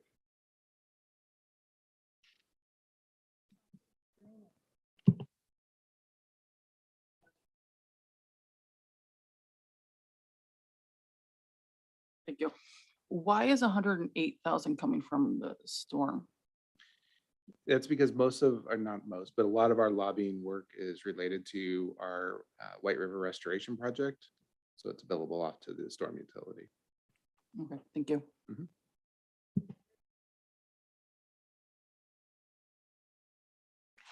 Mr. Wilson, so why is that not the second page of our deal? It's just not included? Okay, I'm sorry, what page are you? what you're talking about, the ongoing program overview. So it would not be in this packet that I just handed you. It's in your your council packet. Okay, presentation. okay. All right, thank you. Yep. All right, next up is Executive Department. This provides the general administrative oversight and support to other departments. It includes myself as the city administrator, the mayor, admin services director, communications division, and a new proposed emergency manager safety position. Really, our goal is to administer the programs and policies established by the council and keep you informed about any issues, problems, or future needs. In 21 and 22, one of our successes was the continued pandemic response, including administering the ARPA program. We launched Sumner Alert. We added a communications coordinator and continued regional leadership with South Sound 911, the library, school district, and other partners. In the upcoming biennium, we're going to continue to monitor and respond to national financial instability and keeping our focus on ways to keep Sumner's character. We're going to see a lot of change in the next biennium and subsequent biennium with the increase in housing density and the number of new units that are in the permit pipeline. We're going to see some substantial changes to our community. Also adding an emergency manager and safety coordinator position to ensure compliance with our accident prevention manual, as well as responding and preparing for large emergency events. We're going to continue adapting our communications to ensure that we have two-way information and relevant feedback from our community, and then continue our efforts on leading our staff on an exploration of what it means to live our values in practice. So especially with looking at those through a diversity, equity, and inclusion lens. And then maintaining strong relationships with our federal, state, and other local government leaders that not only protect, but also have the ability to enhance our service levels. Maybe buy a fireplace for the dais. It's cold up here. Is it cold up there? I see a lot of you. Yeah. Maybe Can we Mr. throw that in Steffens there? can- Really good. Mr. Steffens, I like a little chillier, so I don't know, maybe he can turn it up for you. We're saving money. All right. Long-term goals, balance the increasing public demands with also the increasing state unfunded mandates. That's always something that we are fighting against. And then leveraging partnerships to keep our service levels high while controlling our costs. The council priorities that this budget achieves, mostly they all fall under excellent government. I'm not going to go through and read each one of those. Otherwise, we'd be here till 10 tonight, and I don't want to do that to you. Key performance indicators that we will have is the percentage of e-newsletters opened. Fiscal management, this includes the health of fund balances, because while we've talked about the general fund tonight, we have a number of funds that we monitor and make sure that stay healthy and keep us balanced. And then Sumner Connects usage, this is the number of community members that are either informed, engaged, or aware on projects. And Councilmember Cole, to your question earlier, this is all stuff that we have historical data on. So we did not tie it to an increase necessarily, but that is something that we should probably consider, because right now we're just trying to figure out what are the data points that we're going to be looking at to report to. Some of our ongoing costs that are in the executive budget include the print newsletter. This is 8 issues. By the way, all the numbers that you see in the presentation tonight are biennial numbers, so a 2-year budget number. So print newsletter costs $35,000, $35,500 for the biennial. And then our PCTV video production services, this is a new item of $5,000. A lot of times our communications division needs additional assistance producing high quality videos.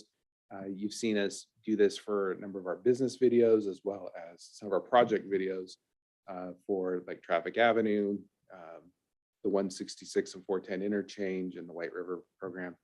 That this supports those type of videos that to supplement what we can already get through PCTV. And then the RCC PEG fee match. So we remit money that we get from our Comcast utility providers or other TV providers. We remit that back to RCC to help support PCTV, which also helps us pay for improvements in this council chambers, as well as our airing of your council meetings to the public. Well, Councilmember Newman. Thank you. Just so everyone knows, that $5,000 for the video production services seems really small, like, because, I mean, just because of how big our budget is. But just so everyone is aware, and for staff suggestions, I've seen other cities use those videos as part of their grant applications. And when they start programs, and they've actually received in return far above what they ended up paying the county for those production services. So anyway, it could possibly have, positive returns for us, in addition to it being a good means of communication. My FYI. We have somebody from the staff. Somebody from the I staff. didn't know if you wanted help with that. Yeah, Carmen, do you have anything you want to add? Sure. In addition to adding some funding here for things that we could not, this is really loud. The things that we could not identify, I also worked with all of our staff to add project-specific funding for videos in their project budgets. So like parks budgeted for park-specific videos. So that's why this one looks a little bit lower than you would expect for a city our size. Thank you, Carmen. Personnel changes, as we alluded to earlier, the emergency management and safety coordinator position will reside within the executive department. It centralizes required safety program elements and training into administration. This includes CDL testing requirements. If you're not aware, all of our CDL drivers, which is all of our field crews, they're required to do regular medical physicals, as well as random drug testing. It takes up a lot of Adrian's time right now. So this is going to give her some capacity back to do more high-level HR work. The accident prevention program management, this is commonly what you refer to as kind of like your workplace safety rules, your L&I rules and OSHA rules that we are required to follow. And we're required to keep this updated, but then not only keep it updated, we have to do what it says, right? We can't just adopt a policy. We actually need to follow that policy. And that's a lot of time and effort that is very decentralized right now. Kelly Harder, who does an amazing job out of our shops, she does her best to keep her staff certified, but then we also have the wastewater staff that is kind of being handled by a chief operator. You have the police staff that's being done by the police department. So this kind of brings all those core trainings under one person to help coordinate that. And then also manage our workplace injuries. We're very fortunate. We don't have a lot of workplace injuries, but the dozen or so a year that we have do take a lot of time to manage and can sometimes require additional, IMEs or other accommodations. So this position will help with that. It also establishes dedicated staff to address required emergency management responsibilities. As I've said before, EPIC has been an absolute wonderful partnership with the city of Puyallup and Bonnie Lake and Buckley and Ording. But it also is revealing that there's a lot of work that needs to be done when it comes to updating our CEMP, as well as putting into practice a lot of those policies that were required by law to have. And then lastly, it adds capacity to the HR manager, the deputy police chief, the shops admin specialist, kind of taking all the work that they're doing and putting it under one person to let them focus on their higher level work. One thing that was initially asked for in the budget, the mayor and I did not have to reduce this. Carmen went ahead and reduced it on her own, but it was the need for a summer intern to help out with communications. We have a lot of events over the summer that we manage information booths at all of our events, and having an additional person that to help with that would be very beneficial. And invite Cassandra and Jeff up, and they'll start going through the next departments.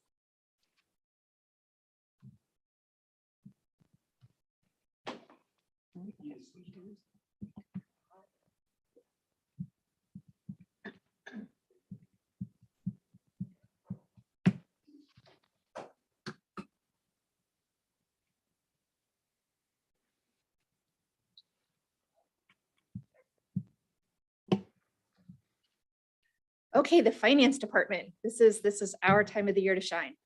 Our department highlights, we track all of the city funds, providing accurate financial data and analytical support for management decisions as well as department operations.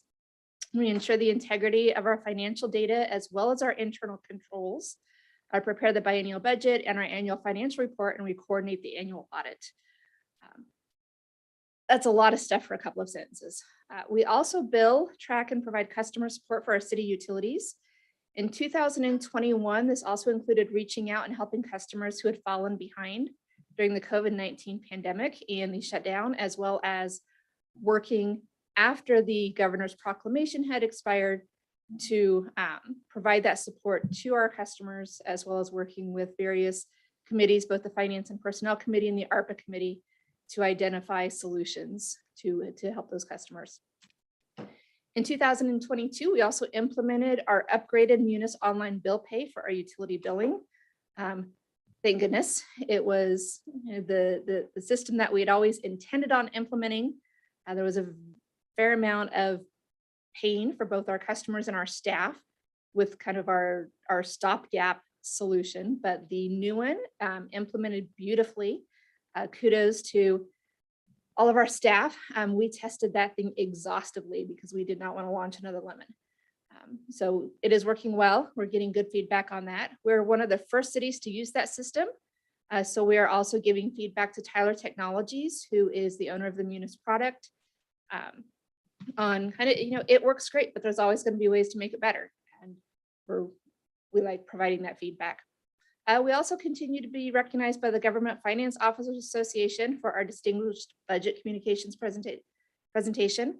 That is not a gimme award. That is fairly detailed. We submit a 12-page checklist, and really it is just, it's a way to give ourselves a cross-check and make sure that our budget document provides good communication, transparency, and accountability to our citizens, because that's really what we're here for. Our 23-24 goals refine our 5- and 10-year financial models to help council only make those leadership choices. Mr. Stewart, this definitely goes back to your comment earlier on looking out at those models to guide us in the future. We've got some big projects coming up that we will spend a fair amount of time identifying and developing funding solutions for, including the White River Restoration and the operations facility. We are going to finalize our implementation of outstanding Munis modules. we started this process 4 years ago, and we knew it was going to be a 4 to 5 year implementation of Munis because we were changing everything. We were changing all the financial models, we were changing utility billing, we were changing permitting and inspections, changing all of it. So we are on the tail end of that. We have a couple of little miscellaneous modules like capital asset tracking we'll implement. And then I'd like to go in and take a look at the entire project and kind of provide a project closing report. How did it go? And what are the efficiencies we're seeing? And I think the one that we identified very early on was without Munis, I don't know that we would have pivoted nearly so well for financial operations during the pandemic. I mean, it gave us the ability to work remotely and work hybrid and get the work done with a minimal disruption to our community. So I will be focusing on employee cross training to add staffing depth to our department. For those of you that don't know, I'm Dan Turner. His last day was last Thursday. He developed beautifully and he took a position with the Puyallup School District. So we are recruiting for his position. We have a new finance payroll specialist coming on board next week. So once we're fully staffed, we'll be spending kind of the next year rebuilding and doing that cross training.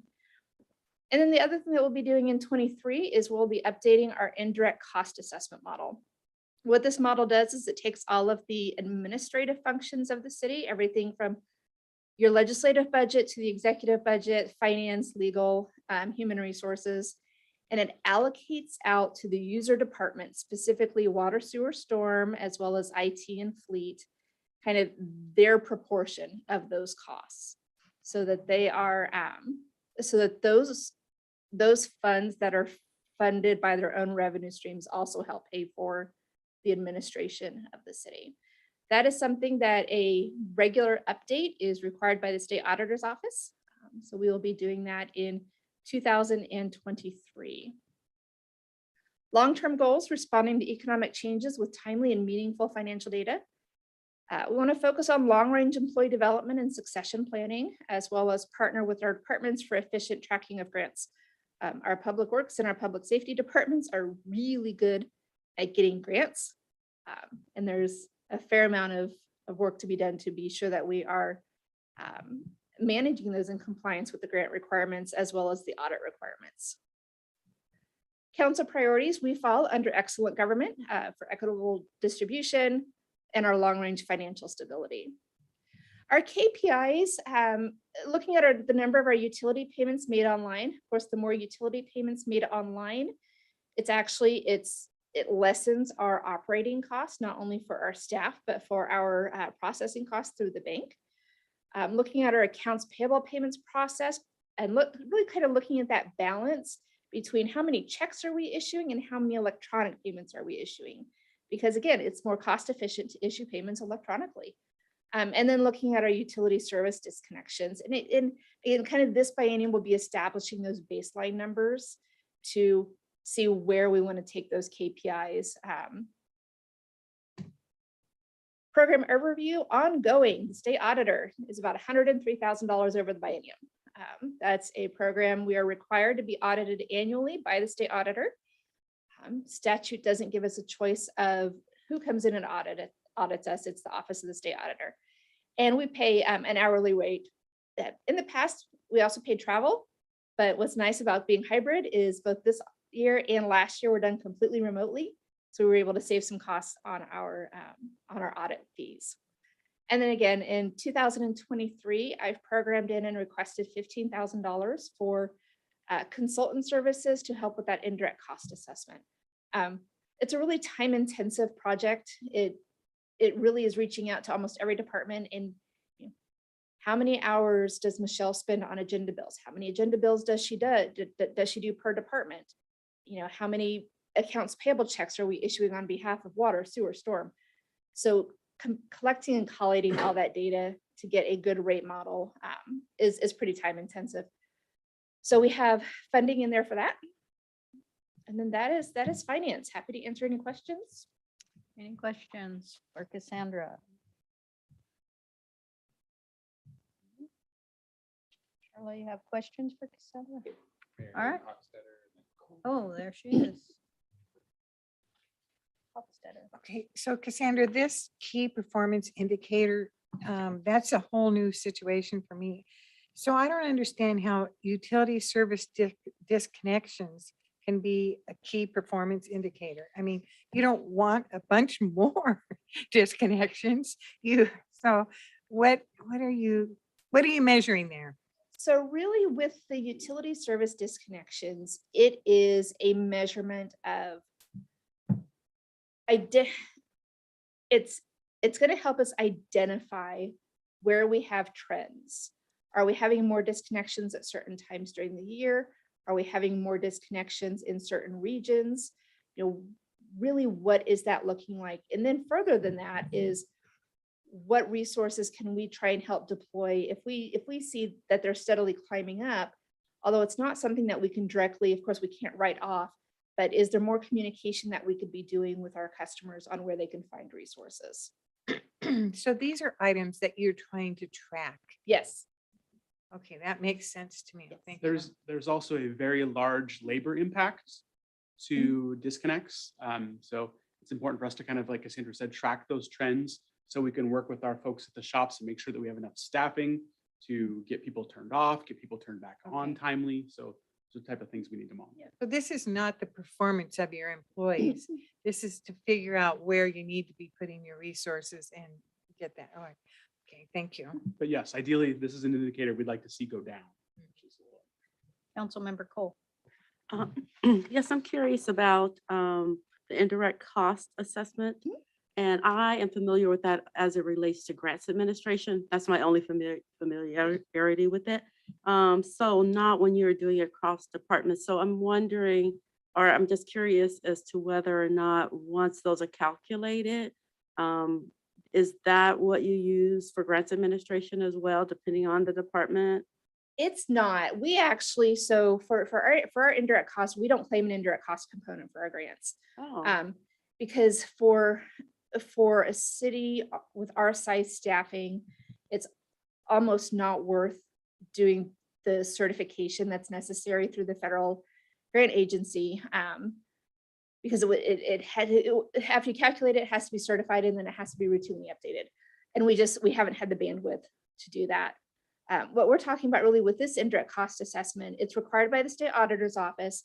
And we're actually going through and saying of our administration's time, say 10% of our city clerk's time is being spent on activities that are directly attributable to the water fund. And so we're going to assess the water fund for 10% of her cost. We see that with development services, and you'll see in your development services budget later on in the process, their staffing costs have gone up because we're now putting 100% of their staffing in that department. But we're going to need to allocate out and say, of our building official, 20% is directly attributable towards this fund. And so we're calculating the amount of our administration fees that we're charging out to those specific funds. It used to be something that traditionally was done in-house. And probably about 8 to 10 years ago, the state auditor's office had a statewide emphasis on you have to have a rate model in order to justify what you're charging, especially to your water, sewer, and storm fund, so that you're not trying to balance your general fund off of other funds without cause. Okay, great, thank you. All right. Go ahead. Thank you very much. Oh, Did you? Oh, last minute. Sitting right next to her, but she doesn't recognize. Thank you, Mayor. Ms. Raymond, thank you so much for your presentation, as always. I had a question about the the second bullet on your long-term goals. Focus on long-range employee development, succession planning. Is that just in finance or is that citywide? For this presentation, that's in finance. I know that is a goal Mr. Wilson has set for us all citywide. Okay. And then the numbers are like a yo-yo up and down on the back page, and I'm assuming that a lot of it is because of staffing changes in an operation model because of COVID. Yes. Is that true? There's a big jump in personnel salaries from 2021 actual to this year and then proposed next year. Can you explain that? Sure. So from the 2021 actual to 2022, we added a position in 2022, and that was Okay. a budget amendment that council approved just recently. That was our payroll specialist. Okay. So that's an addition. For 2023 and 24, those are the forecasted just increased labor costs. We are seeing, because of inflation and what's coming out on for cost of living increases, as well as increases in benefits. So, Okay. So we're likely to see that kind of jump in most all departments then. yes. Okay, thank And I you. think that's what's made it, difficult to kind of be sure that we're being conservative and just watching where those lines cross, because as Mr. Wilson mentioned earlier, the labor costs we don't have, they're not necessarily discretionary as Mhm, far sure. as far as benefits. So. No, understood. Thank you. Sure.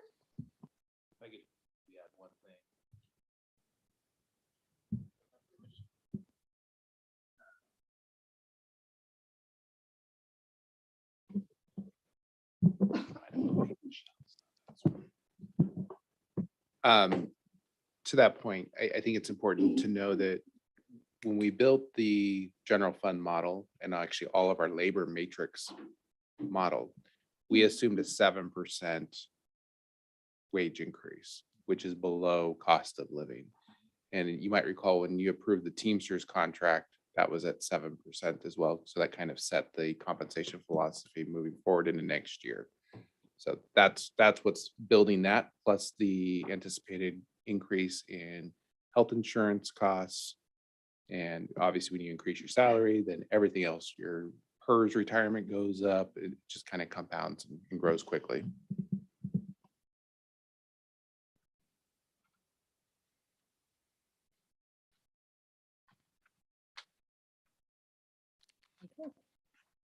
You're dismissed.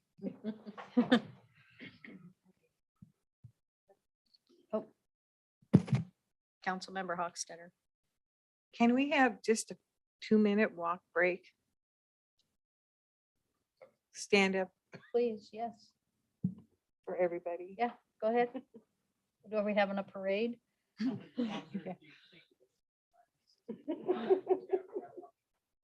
Yeah. Yeah.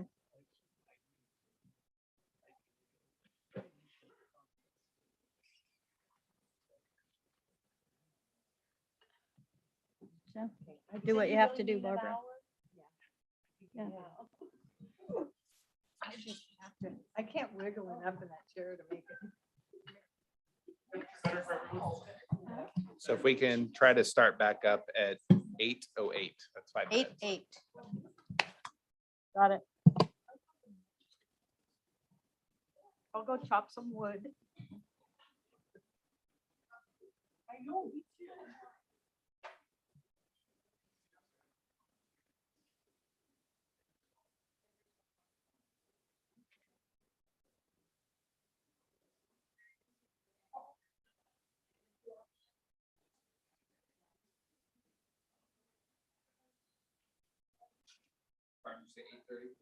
Yeah. Okay. Well, I'll do quarter to 9. Have a specific- Not gonna make us. It's the comprehension that's slow. I mean, I saw like huge, tonight, so this is probably just gonna be a quick, like, run through them all.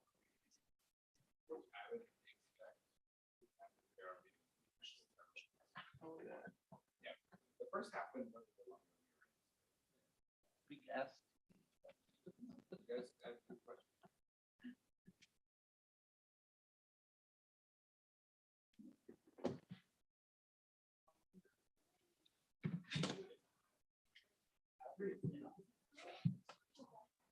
Yeah, earlier, it's 72, now it's 7. So we believe you should increase the heating budget. Just bring a blanket for heaven's sake. Nice and warm in here.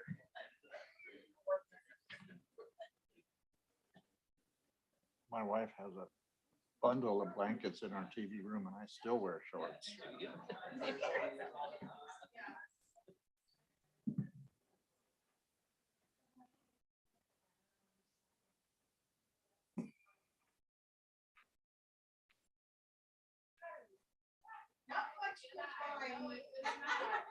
Jason, are the cameras still running? Are the cameras still running?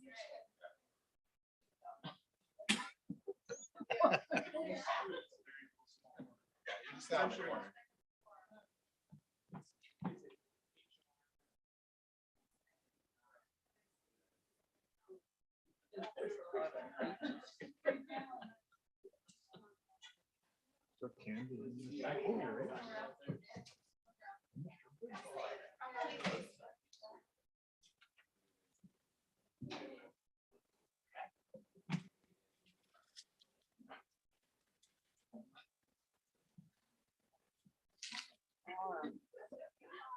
Reminder.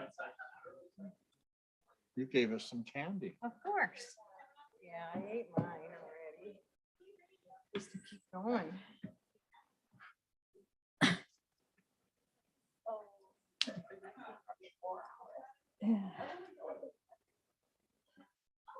You what?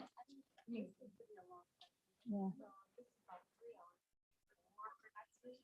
Could be. There's a lot of That's- stuff on I it. think there's a bullet. Four is too long. A dinner break?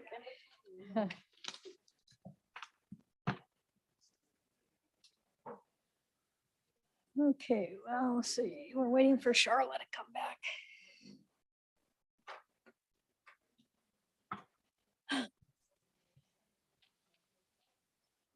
Everybody else in town is eating nachos and stuff like that. At the ball, for the ball. game. You want to sit up here? It's cold. Is it?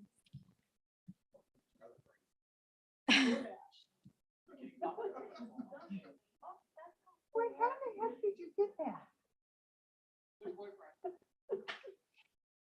He probably thought you were done by now. Okay. All right, we'll continue. Oh, boy. Okay, so next we are going to move on to human resources and risk management. I will start out by reading the budget highlights of this department. So employees, as you know, are the most expensive, most valuable city resource. I'm not just talking about myself either. HR recruits and selects employees, helps employees grow and develop. We handle employee complaints, investigations, we manage claims, liability, safety and programs, monitor and implement new labor requirements. Sumner's salary study and compensation philosophy were completed in 2021, and we were done in-house and has been replicated by multiple regional cities.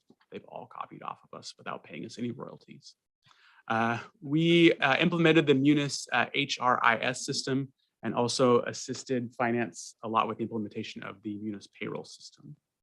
Handled turnover with 55 recruitments, 1,483 applications, and had 261 interviews. It's more than that now. So yeah, that's not even a full year's worth. Okay, so then our 23 and 24 goals. I'm going to be working with Cassandra to implement a position control and budgeting module within Munis.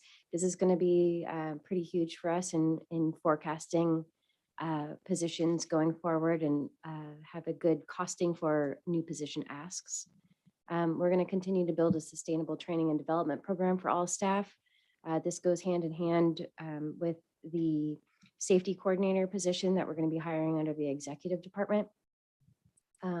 We'll continue to review and update the non-represented salary study. I think Jeff volunteered us to do that every couple of years here, every 2 to 3 years. So, and then also as new positions come up, we do a full salary study for new asks as well. Then also evaluate succession planning needs and retirement trends and develop a business plan to maintain continuity of our service levels. We'll also be negotiating all 4 of our labor contracts in the next biennium. Very exciting goals in 23, 24. For long-term goals, respond to legal changes in labor law and implement as necessary. COVID had tons of changes that we had to go through in the previous biennium. Evaluate organizational efficiency and recommend staffing changes and training, which is something HR is always involved in. And support and encourage a positive, inclusive culture for city employees, which really helps to increase our retention. As far as council priorities, sorry, No, I'll go- just switch it up a little bit so we're not back and forth. Really, HR and risk falls in the excellent government category. Recruiting and retaining quality, diverse staff, distribution of resources, focusing on long-range financial stability, and transparency in policy and actions. So our KPIs, increase diversity in recruiting. This is something that's, we're able to run reports in our online hiring software that shows us where we are in line. And honestly, since COVID, we've seen more increased spread of where our candidates are coming from. Also, employee retention and job satisfaction. This is huge. We have great staff already. We'd like to keep them.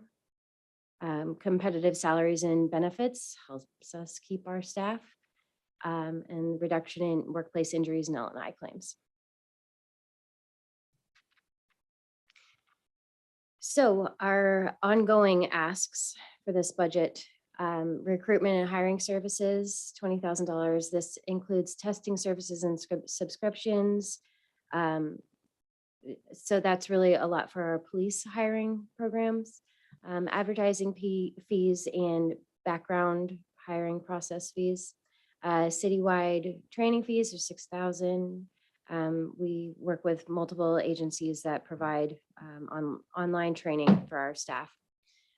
HR conferences, training and travel, that's for Jeff's falls into this category as well. So $11,000 for that. Our risk services covers all of our current staff. So that handles the drug and alcohol consortium for our CDL holders, our annual hearing test program, for safety sensitive positions. The FMCSA clearinghouse also goes along with the CDL requirement, and medical exam fees for any repeat vaccinations, DOT, annual exams, hearing test falls into that category, several other expenses as well. And then employee wellness also falls under the HR budget here.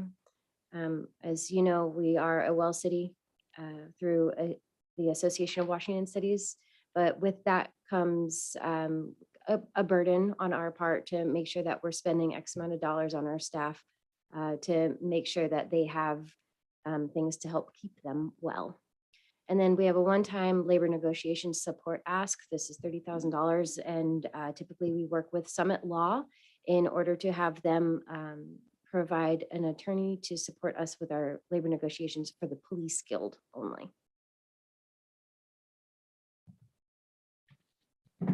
Okay. Really? 17, 16?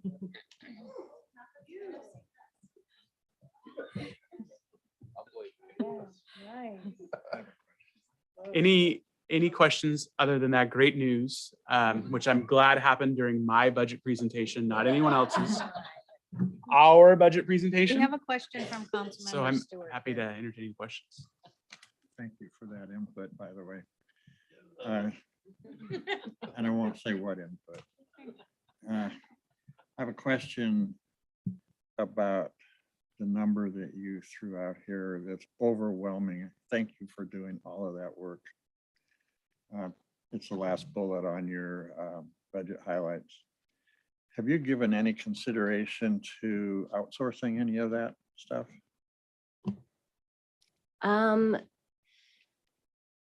Well, okay, so we do partner with some other agencies, like public safety testing handles a portion of like the recruiting and well, the testing as well for some of our entry-level police officers and also lateral But as far as handling it outside of the city of Sumner, no, really.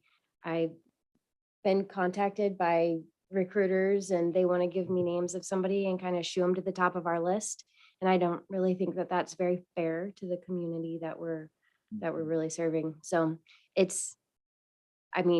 the numbers look overwhelming but I think we're doing a really good job and getting in really good candidates. And I would almost question if someone else has our same values at heart. Sure. To say that the difficulty with recruitments in a local government sense, 55 recruitments, that's probably 45 different job classifications. I mean, we have everything from attorneys to police officers to engineers, and we have lots of different types of jobs we're filling. So it takes a lot of in-house expertise to go out and reach out to these candidates and vet these candidates and set up the interviews and run through the process. And with the department of really one person, I think we do an amazing job at that.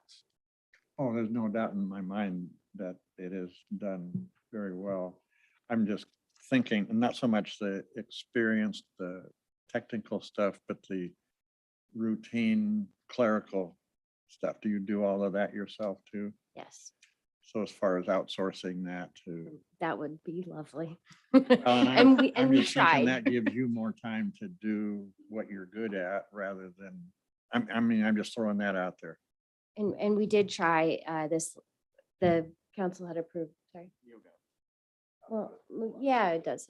We have an online hiring system, so we aren't doing any of this really by hand, but there's still scanning and manual part of the job. But we did try and hire a HR assistant position, and it just really didn't work out for very long.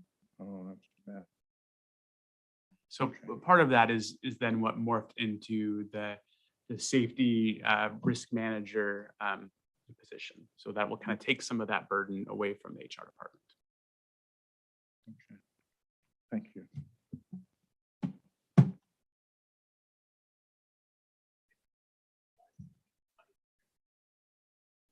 Okay, so next we're going to go into diversity, equity, and inclusion. This is a new department. This was a program that we had started that was previously located inside of the HR department, but we've now kind of broken it off to its own separate division. So some quick department highlights. As you know, Sumner's goal is setting the standard for progressive small city, also includes being a leader in DEI for our staff and then also for our community. The city hires with a blind selection process in which the staff selecting candidates for an interview sees no names or identifying information on the application while selecting. In 2020, the city formed a DEI committee with members across departments at various leadership levels within the city. And we partnered with Degrees of Change for their seed internship programs, which help connect college students with city work, whether they return to Sumner or another city. For 23-24 goals, we will continue staff training with exploration of topics and ideas, work with partners including the Cultural Arts Commission, Sumner Main Street Association to celebrate a broader range of cultures and events and arts, keep building relationships with reach audiences, those who may not initially engage with the city, but would if we reached out, and work with other community stakeholders like the Sumner Bonnie Lake School District to help further DEI related initiatives taking place in our community.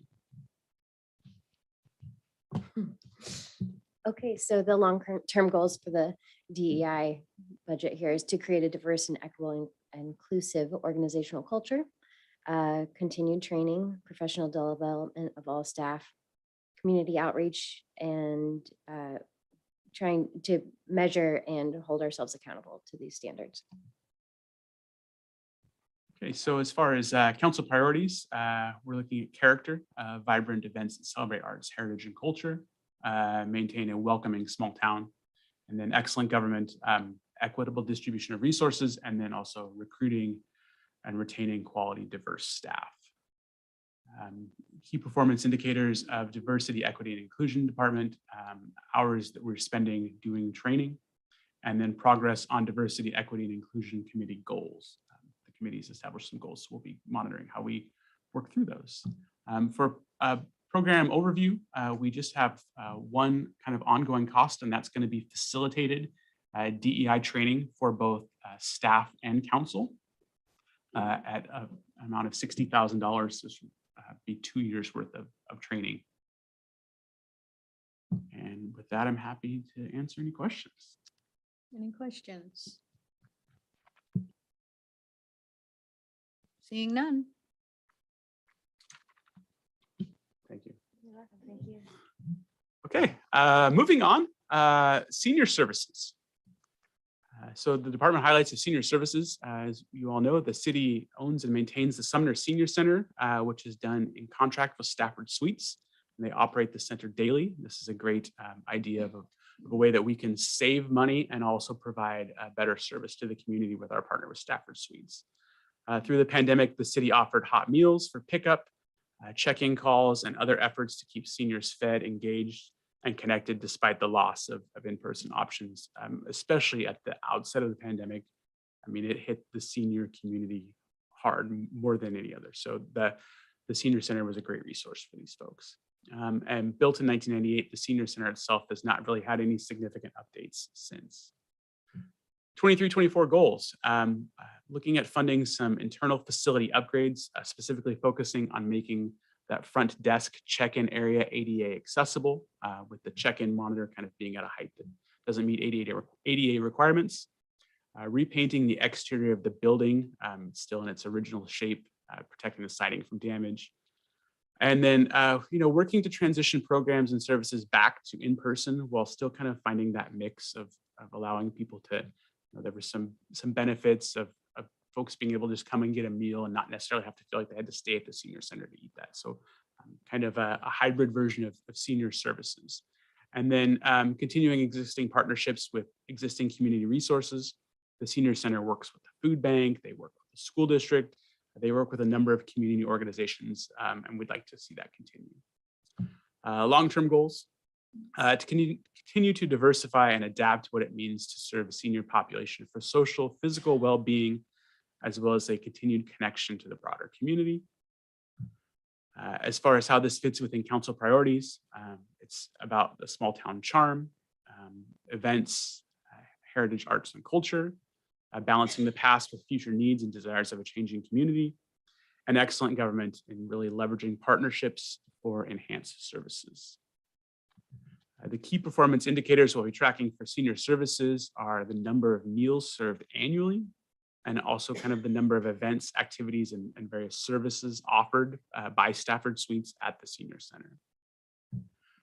Program overview, we have two ongoing fees, our ongoing programs at the Senior Center. One is our contract with Stafford Suites, estimated at $514,500 over the biennium.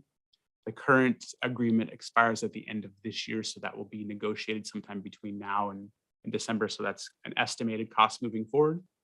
I think it's also important to point out the partnership that we have with Catholic Community Services. They're the ones that come and provide the meal program for the city, and that's free of charge, which is pretty amazing.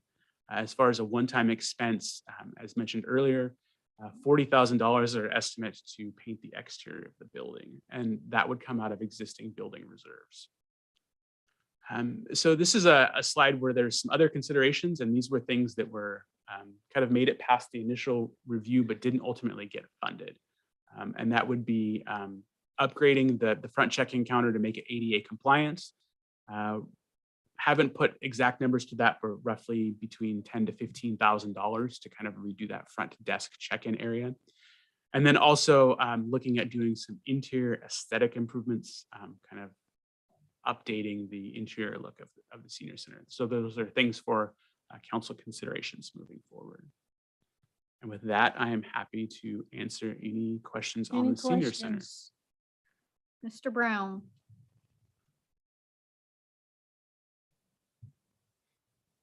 Yes, can you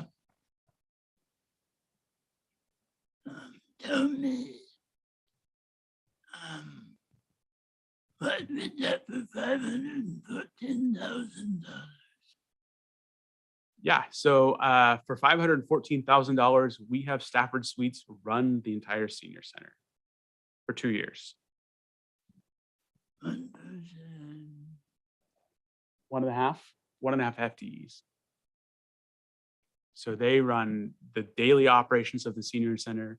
The city provides IT services, we provide the building, but it's really the daily operations from them. And that is cheaper than the city could do it if we hired our own employees and tried to run it. Are they paid by Stafford Suites Yes, and we pay them? We pay Stafford Suites, who then pays their employees. Yeah, they're Stafford Suites employees. 1.5. 1.5 FTE plus the administrative oversight that Stafford Suites provides. And then, No, it's all right. yeah, so essentially for $250,000 a year, it's 1.5 FTE plus the administrative oversight. And then they also will bring in a gentleman that'll drive the bus too when they do go on excursions. All right, thank you. Yep.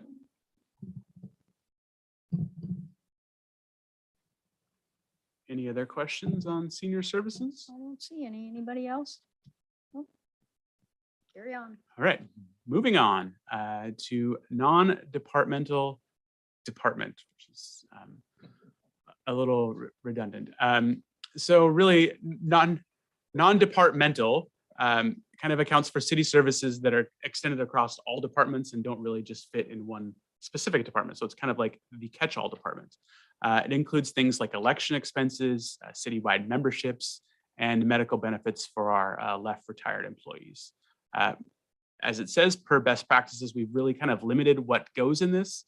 Not surprising, the auditor doesn't like the non-department kind of catch-all department. So our goals will be kind of continue to limit the use of this fund and like it says, moving things out as we can and putting them into a different area. Okay. Council priorities. So this is just really transparency in policy and actions. So there are some ongoing programs that live in this department. Election services. The city pays $49,000 every 2 years for election services. As Jason mentioned earlier, we are a member of EPIC, so our emergency management contract for the city falls here at $40,000. The Forestry Commission's budget, our membership to the Association of Washington Cities, and Puget Sound Regional Council are all in non-departmental. And that's it for non-departmental. It's not super exciting. Yes. Happy to answer questions. Well, that went to Cindy. Yeah. Yeah. What is the $30,000 for the Forestry Commission? Tell me what that is. So that is the Forestry Commission's budget to buy and replace street trees. Oh, so they buy trees out of their budget and then they plant them over in the nursery? I mean, In the do they- nursery or here, correct? Either in the nursery or direct Okay. into Into projects. projects. To maintain a Tree City designation, we have to dedicate a certain dollar amount per capita, and that's what this covers. Okay, so that's sort of set up for you? Okay, all right. Our urban forest. Okay, thank you. Go ahead, Barbara. You're not on. Oh, there you are. So where do you put the Chamber of Commerce membership? It's actually in the Community Services Fund, and that's actually later in tonight's That'll be presentation. in Ryan's presentation later. Too early. We hope you Thank don't leave before that one.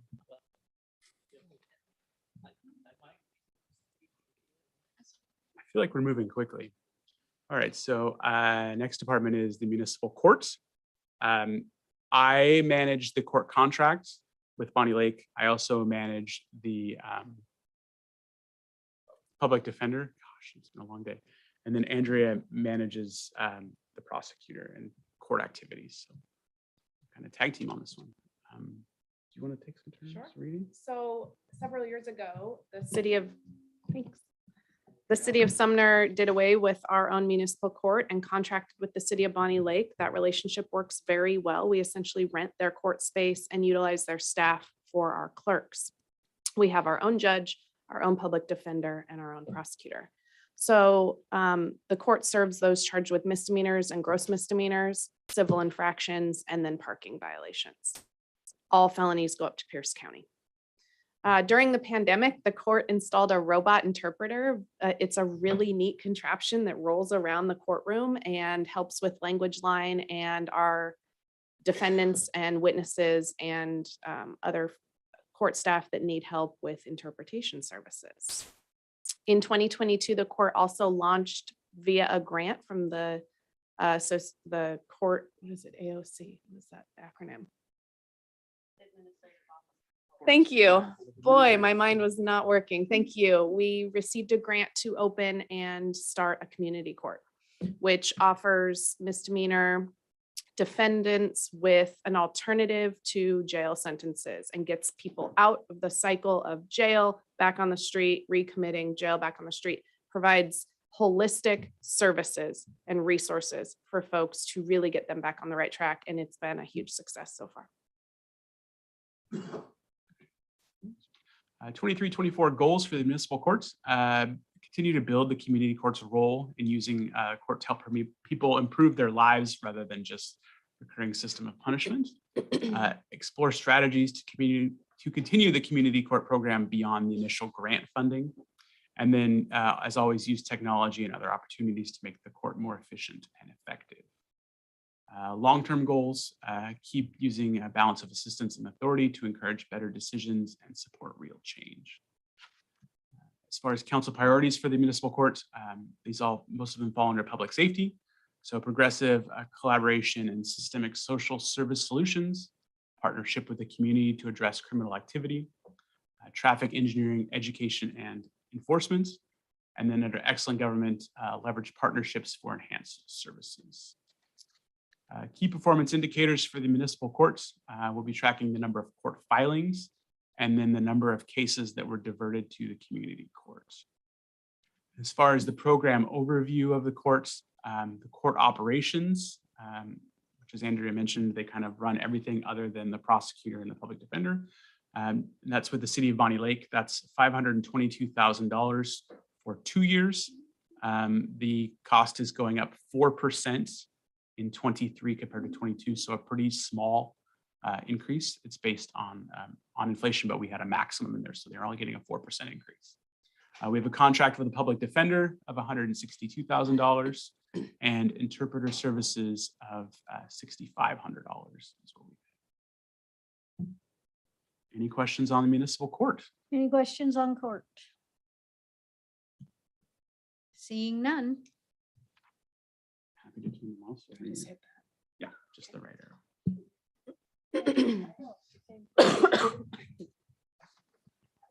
Legal department.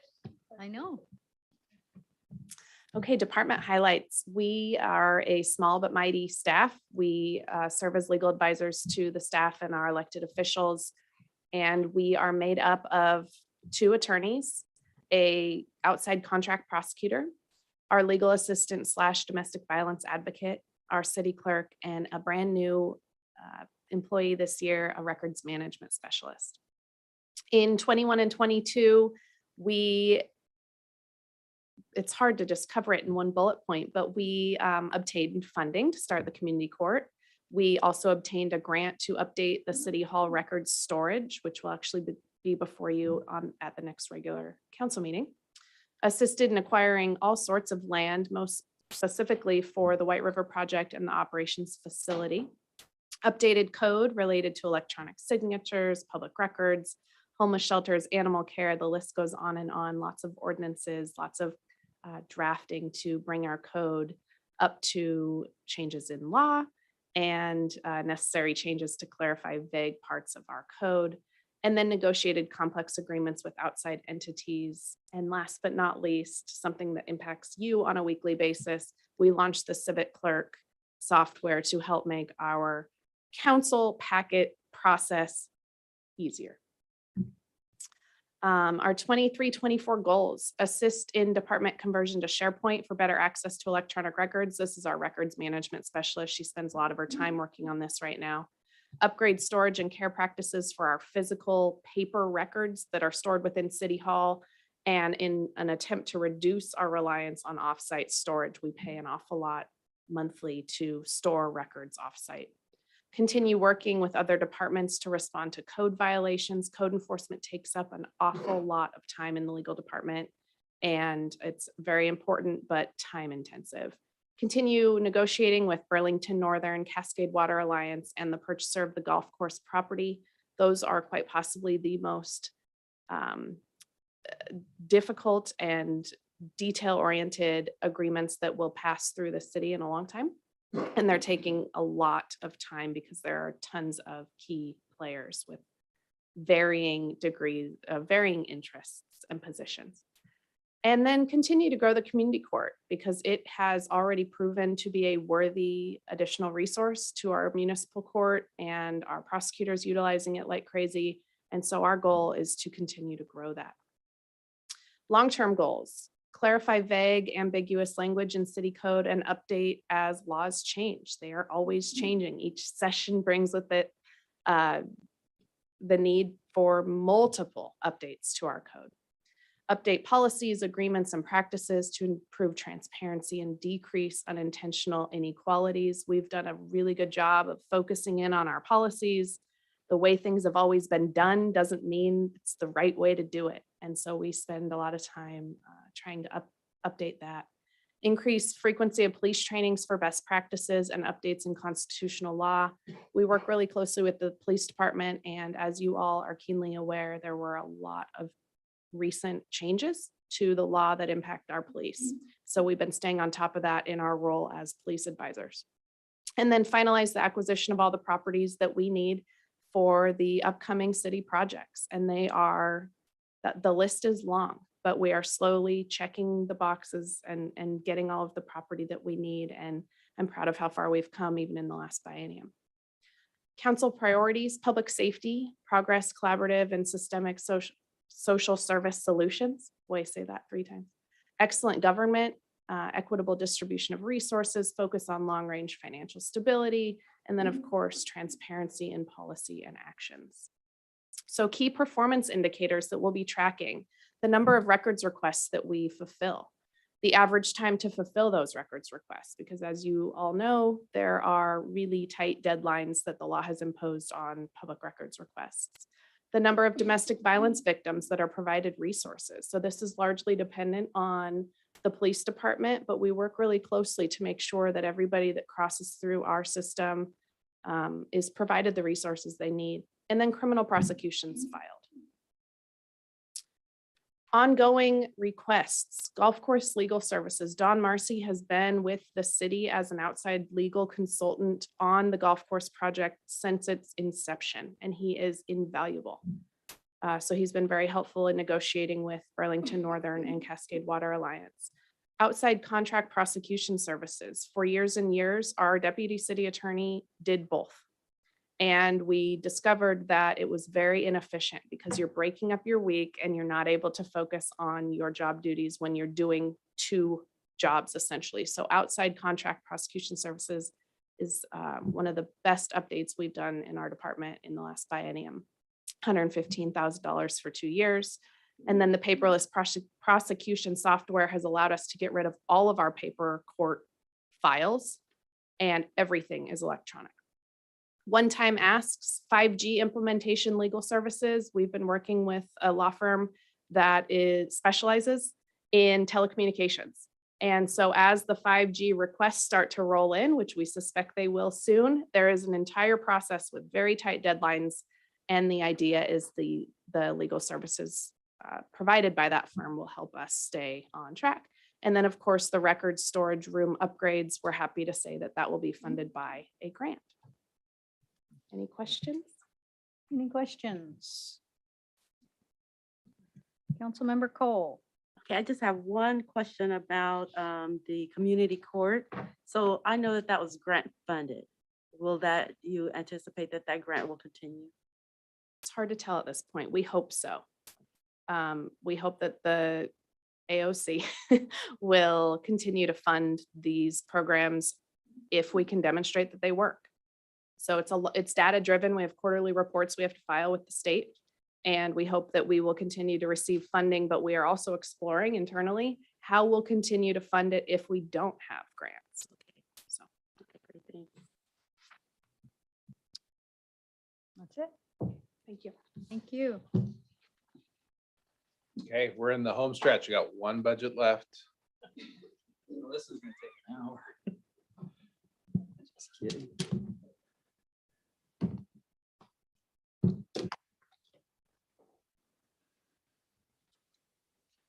Roll. Get to begin and end with me, I think. So I'm gonna be going over the Community and Human Services Department highlights.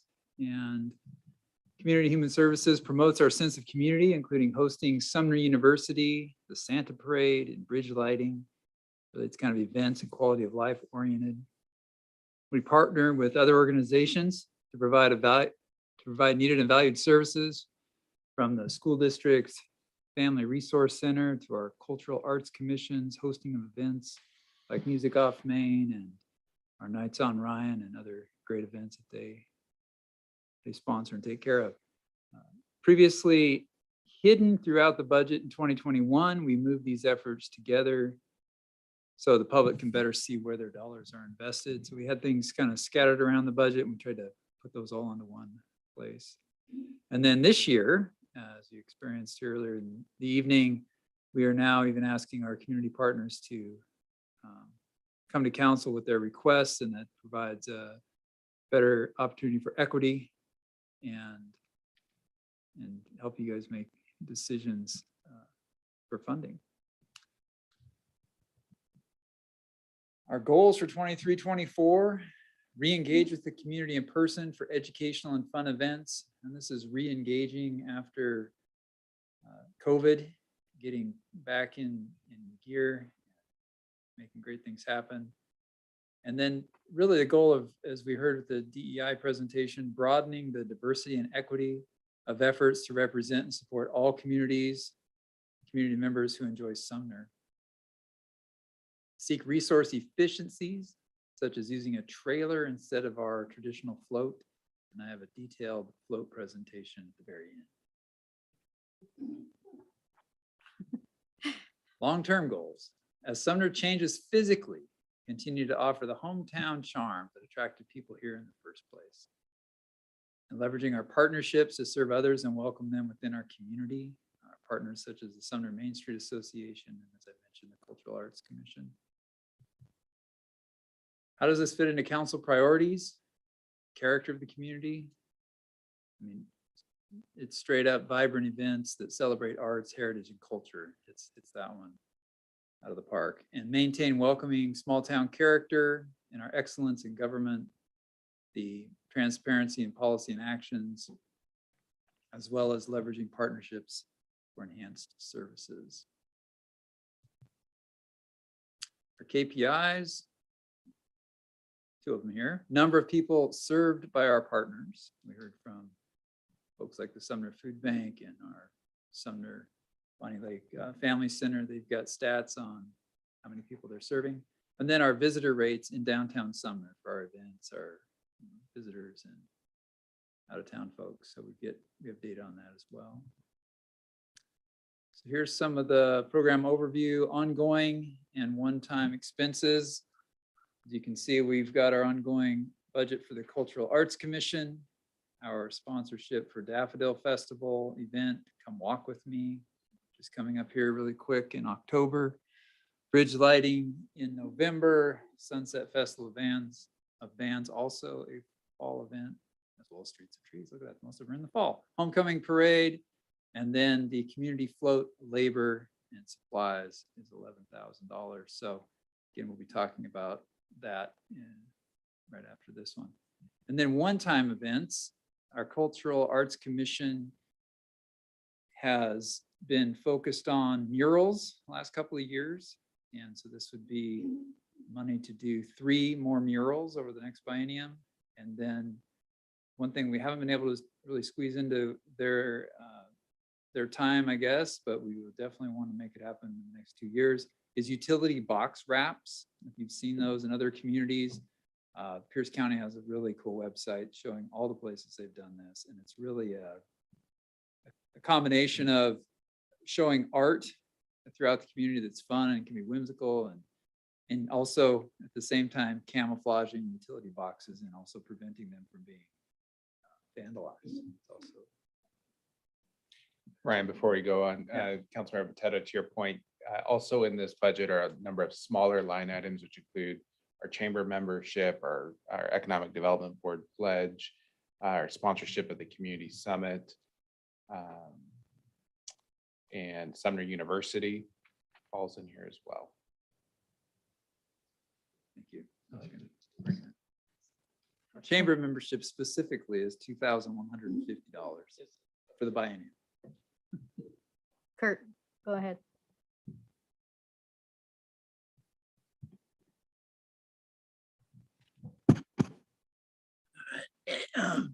Ryan, the Festival of Bands. In my mind, it's about the band going to the stadium. But do we pay $3,000? Is that for labor? Yeah, there's actually quite a bit of labor associated with that because they block off a number of streets as well as the sports complex because all the bands have their buses that come in. So it includes that. In fact, I'd say pretty much all these fees are labor for closing streets, moving barriers, and Lana Hoover's time, our community engagement specialist, being at the events. And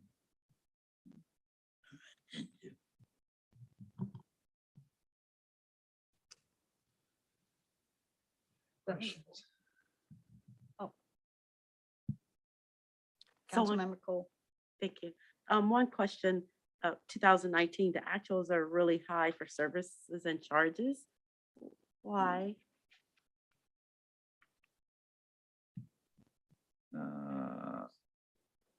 Okay.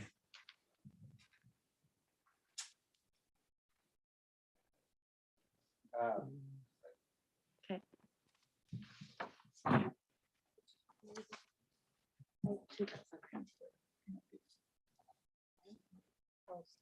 Okay, I remember.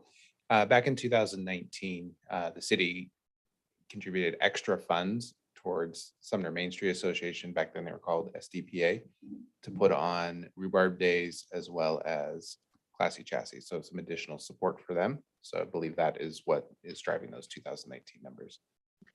Thank you.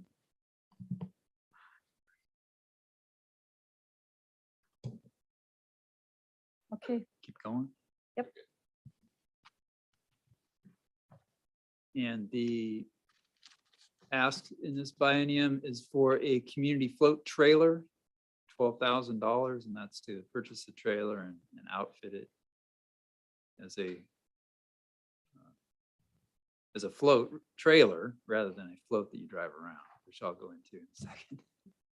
I know you're all just waiting for this presentation. What is coming? So Lana spent time live at the Seahawks game tonight. So I'm going to try to pinch it for her and do my very best because she is the one who is behind the community float. A little history on the community float. We've been doing a float for a very long time. The Daffodil Festival started in 1926. The parade started in 1934. And over the years, we've had different groups kind of taking ownership of the float, starting with the high school, moving on to the Sumner Downtown Association. And finally, it ended up at the city of Sumner when funding and storage by SDA was no longer an option. It has been used for both the Daffodil Festival and Santa parades, both of them. So in the past, the understanding was for a school to have a princess, a daffodil princess in the royal court, we had to have a float. In 2017, those rules changed and the Sumner High School Marching Band actually creates the ability for somebody from the Sumner High School to be be on the royalty. So in other words, we no longer kind of are tied to a float in order to have a Sumner Princess and Daffodil Festival. It takes a lot of staff time and volunteer time to make that float happen. As you can see, staff time 110 hours, regular time plus 70 hours overtime. That includes float maintenance by the shops and fleet. They come out and fire up the 1980 something Citation running gear that's under the float and dust it off and clean it out and make sure it runs. And then the day of the float requires a certain amount of support. My truck in particular towed it one year because it broke down. Proud moment for me.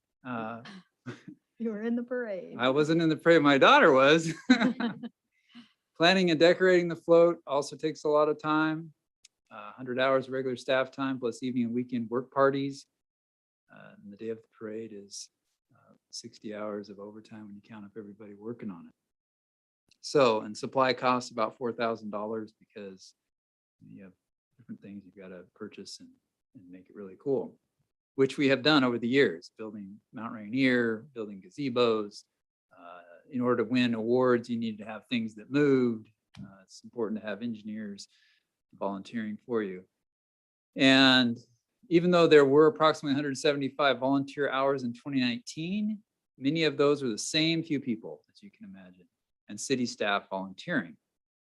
And Lana has done her best to reach out to the school district, the ASB, Honor Society. We have people from Rotary, Lions, Kiwanis, that have all been reached out to.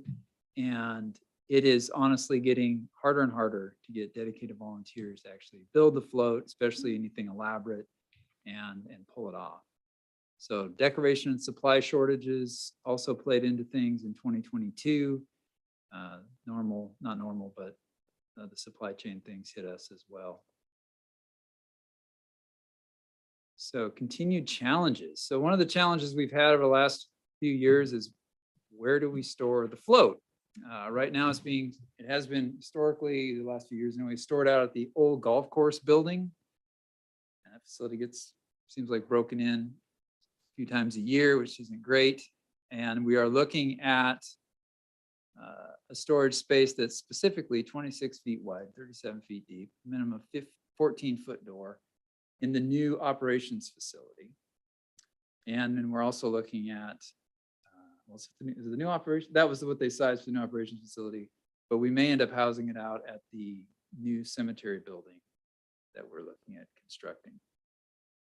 And as I mentioned earlier, the running chassis is a 1980 Chevy Citation, which still has a carburetor, and I don't know, maybe it should be electric, but it's not. It has, it's been, they have to have a support vehicle following it around in case it breaks down. And like I said, sometimes it gets towed. So it's a questionable piece of equipment at best. So where do we go from here? What are our options? This is one of the, and this is incredible decorations. The gazebo, the guy that looks like the head out of the ground is the driver. And he's trying to see. The mole. The mole. And you also have to have support staff that walk next to the float so that, because he can't see everything, so he doesn't run over anybody. So option number one, we just keep this float. We keep it pending any major issues. We maintain it. We try our best to get people to volunteer to drive it, to build it. You know, the downside is, I mean, the pros are it's a traditional float. It's had a long history. The downside is the maintenance, the upkeep. Mentioned difficult to drive, requires a lot of storage space, calls for a lot of staff time and volunteers. Due to the staff time, needing the most decorations, flowers, and supplies, this is also the costliest option. This is where we built the mountain in a town on the float a few years ago. Option number two, a dedicated trailer. In 2022, this last year, we partnered with the old cannery and created a float with a flatbed trailer. It was kind of a minimalist approach for this year as we were kind of coming out of COVID and wanted to do something that was fairly quick and easy. And the pros, it's low maintenance, minimal upkeep with high reliability. Having a parade entry highlights the city of Sumner within the community. Purchasing a trailer, designing and creating it once for both the Daffodil and Santa Parade may be costlier at the upfront, but then you've got a plug and play float in the future. And I don't know, for those of you who are watch the Daffodil Parade, I know the Wenatchee Blossoms Festival one comes through, I think, and the Marysville Strawberry Festival float comes through, and they always look about the same. But trailers? I don't know if they're trailers. They're not trailers. They're driving those. But my point is,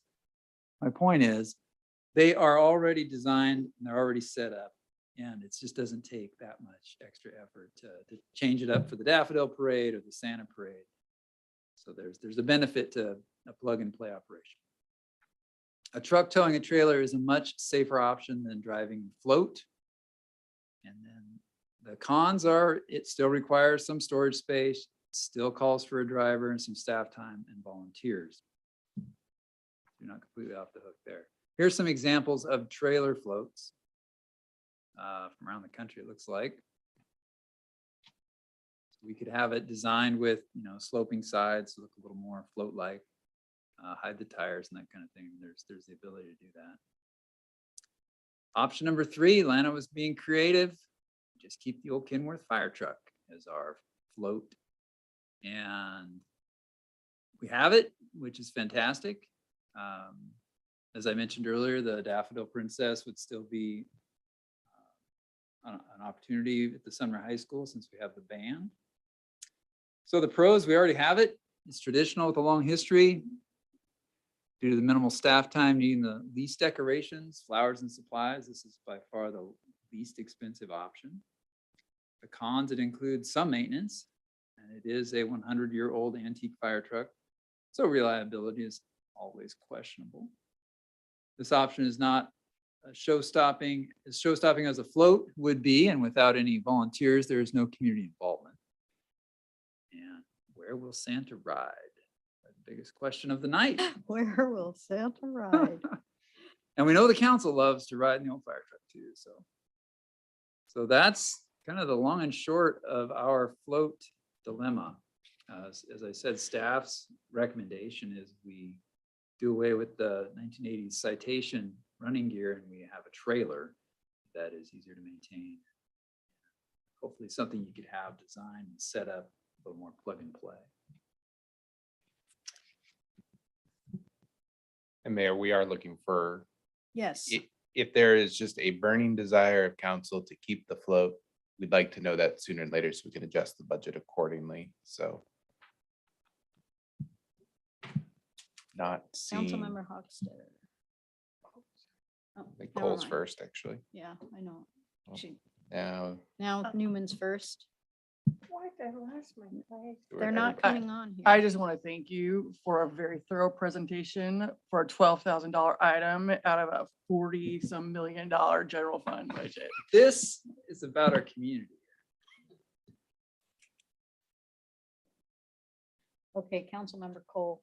Just go down the line. I have a suggestion. I'm not actually for the fire truck, but I know that it's the firefighters, the firefighter that drives it. And we can just dress them up in the Santa costume. So, so there you have it. But I like the idea of a trailer. Member Hochstetter.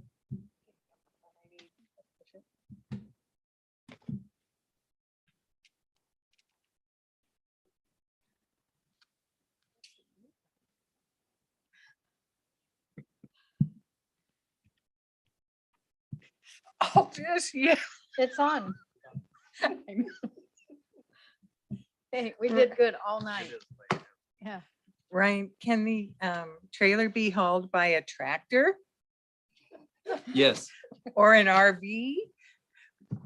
it could probably be towed by anything we can legally tow it with. and So it's a I'm parade, just so- thinking that you might be able to get sponsors or drivers from our car dealerships or some of our larger businesses. That would get a little advertisement out of it too. didn't we have the septic tank company in town for a while and? All that. Okay, I so would say I'm on board with the trailer. Okay, Councilmember Stewart. Thank you. Okay, so I'm gonna be the Grinch that stole Christmas. Why have a float at all? We can highlight the Daffodil Princess and Santa Claus and the mayor by having them ride in a rented limousine or a fancy one of these classy chassis that comes to town. There's a lot of money involved with this, and I'd like to know total cost of both options. I think the fire truck is probably not a good option. But at least we have numbers on a piece of paper to look at. I just heard a lot of labor costs, overtime, capital costs, storage costs. A lot of volunteer time, and that's really cool that the volunteers like to do that. But maybe we need to move on to a whole new part of Sumner. We can still celebrate the parades and all that, but they're royalty. Let them ride in a fancy Cadillac or something. Sure, you bring up a good point. It's a question that staff has asked themselves, you know, do we need a float at all? And that is, our opinion of that has changed over the years. And I think at this point, we do question whether we need it because it is a lot of work and it's not necessarily tied to having a princess anymore. So this, even if it's a trailer, is typically, you know, you have staff members or other volunteers of the community riding out to represent the community and to promote our community. And that's probably the biggest benefit is we do take this to Puyallup, we take it to Sumner. In the past, we've taken it to Tacoma and Ording and kind of go back and forth every year whether we're going to invest that, especially in our old float, we didn't because it wasn't reliable anymore. So it does make it on TV. It does promote our community. So there are some intangible values to having it, but you know, we're willing to have that. It's council's desire, whatever you want to do. If you want a float, we think a trailer is definitely the way to go. It's going to be most cost effective. But if you don't want anything, we're okay with that too.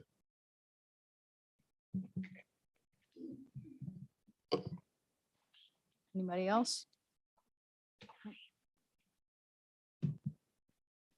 There you go. I just know that Sumner's been known for its parades and people just really, really enjoy them. And the people along the street, some families have stayed in the same corner here, you know, generation after generation. And they always look for what we're going to do for a float. And I just think it'd be a shame to get rid of it because there's just been so many people attached to it. So I'm in favor of just modernizing because of the car breakdown thing has been a safety hazard and a continual problem. It took the fun out of it. But if you had something that could be pulled by a good vehicle, I think we might be able to recharge the community into helping with it. All right. Mr. Brown. Yeah, I agree with Cindy. The parade, I grew up in Sumner, and the parade isn't what it used to be. And I wanted to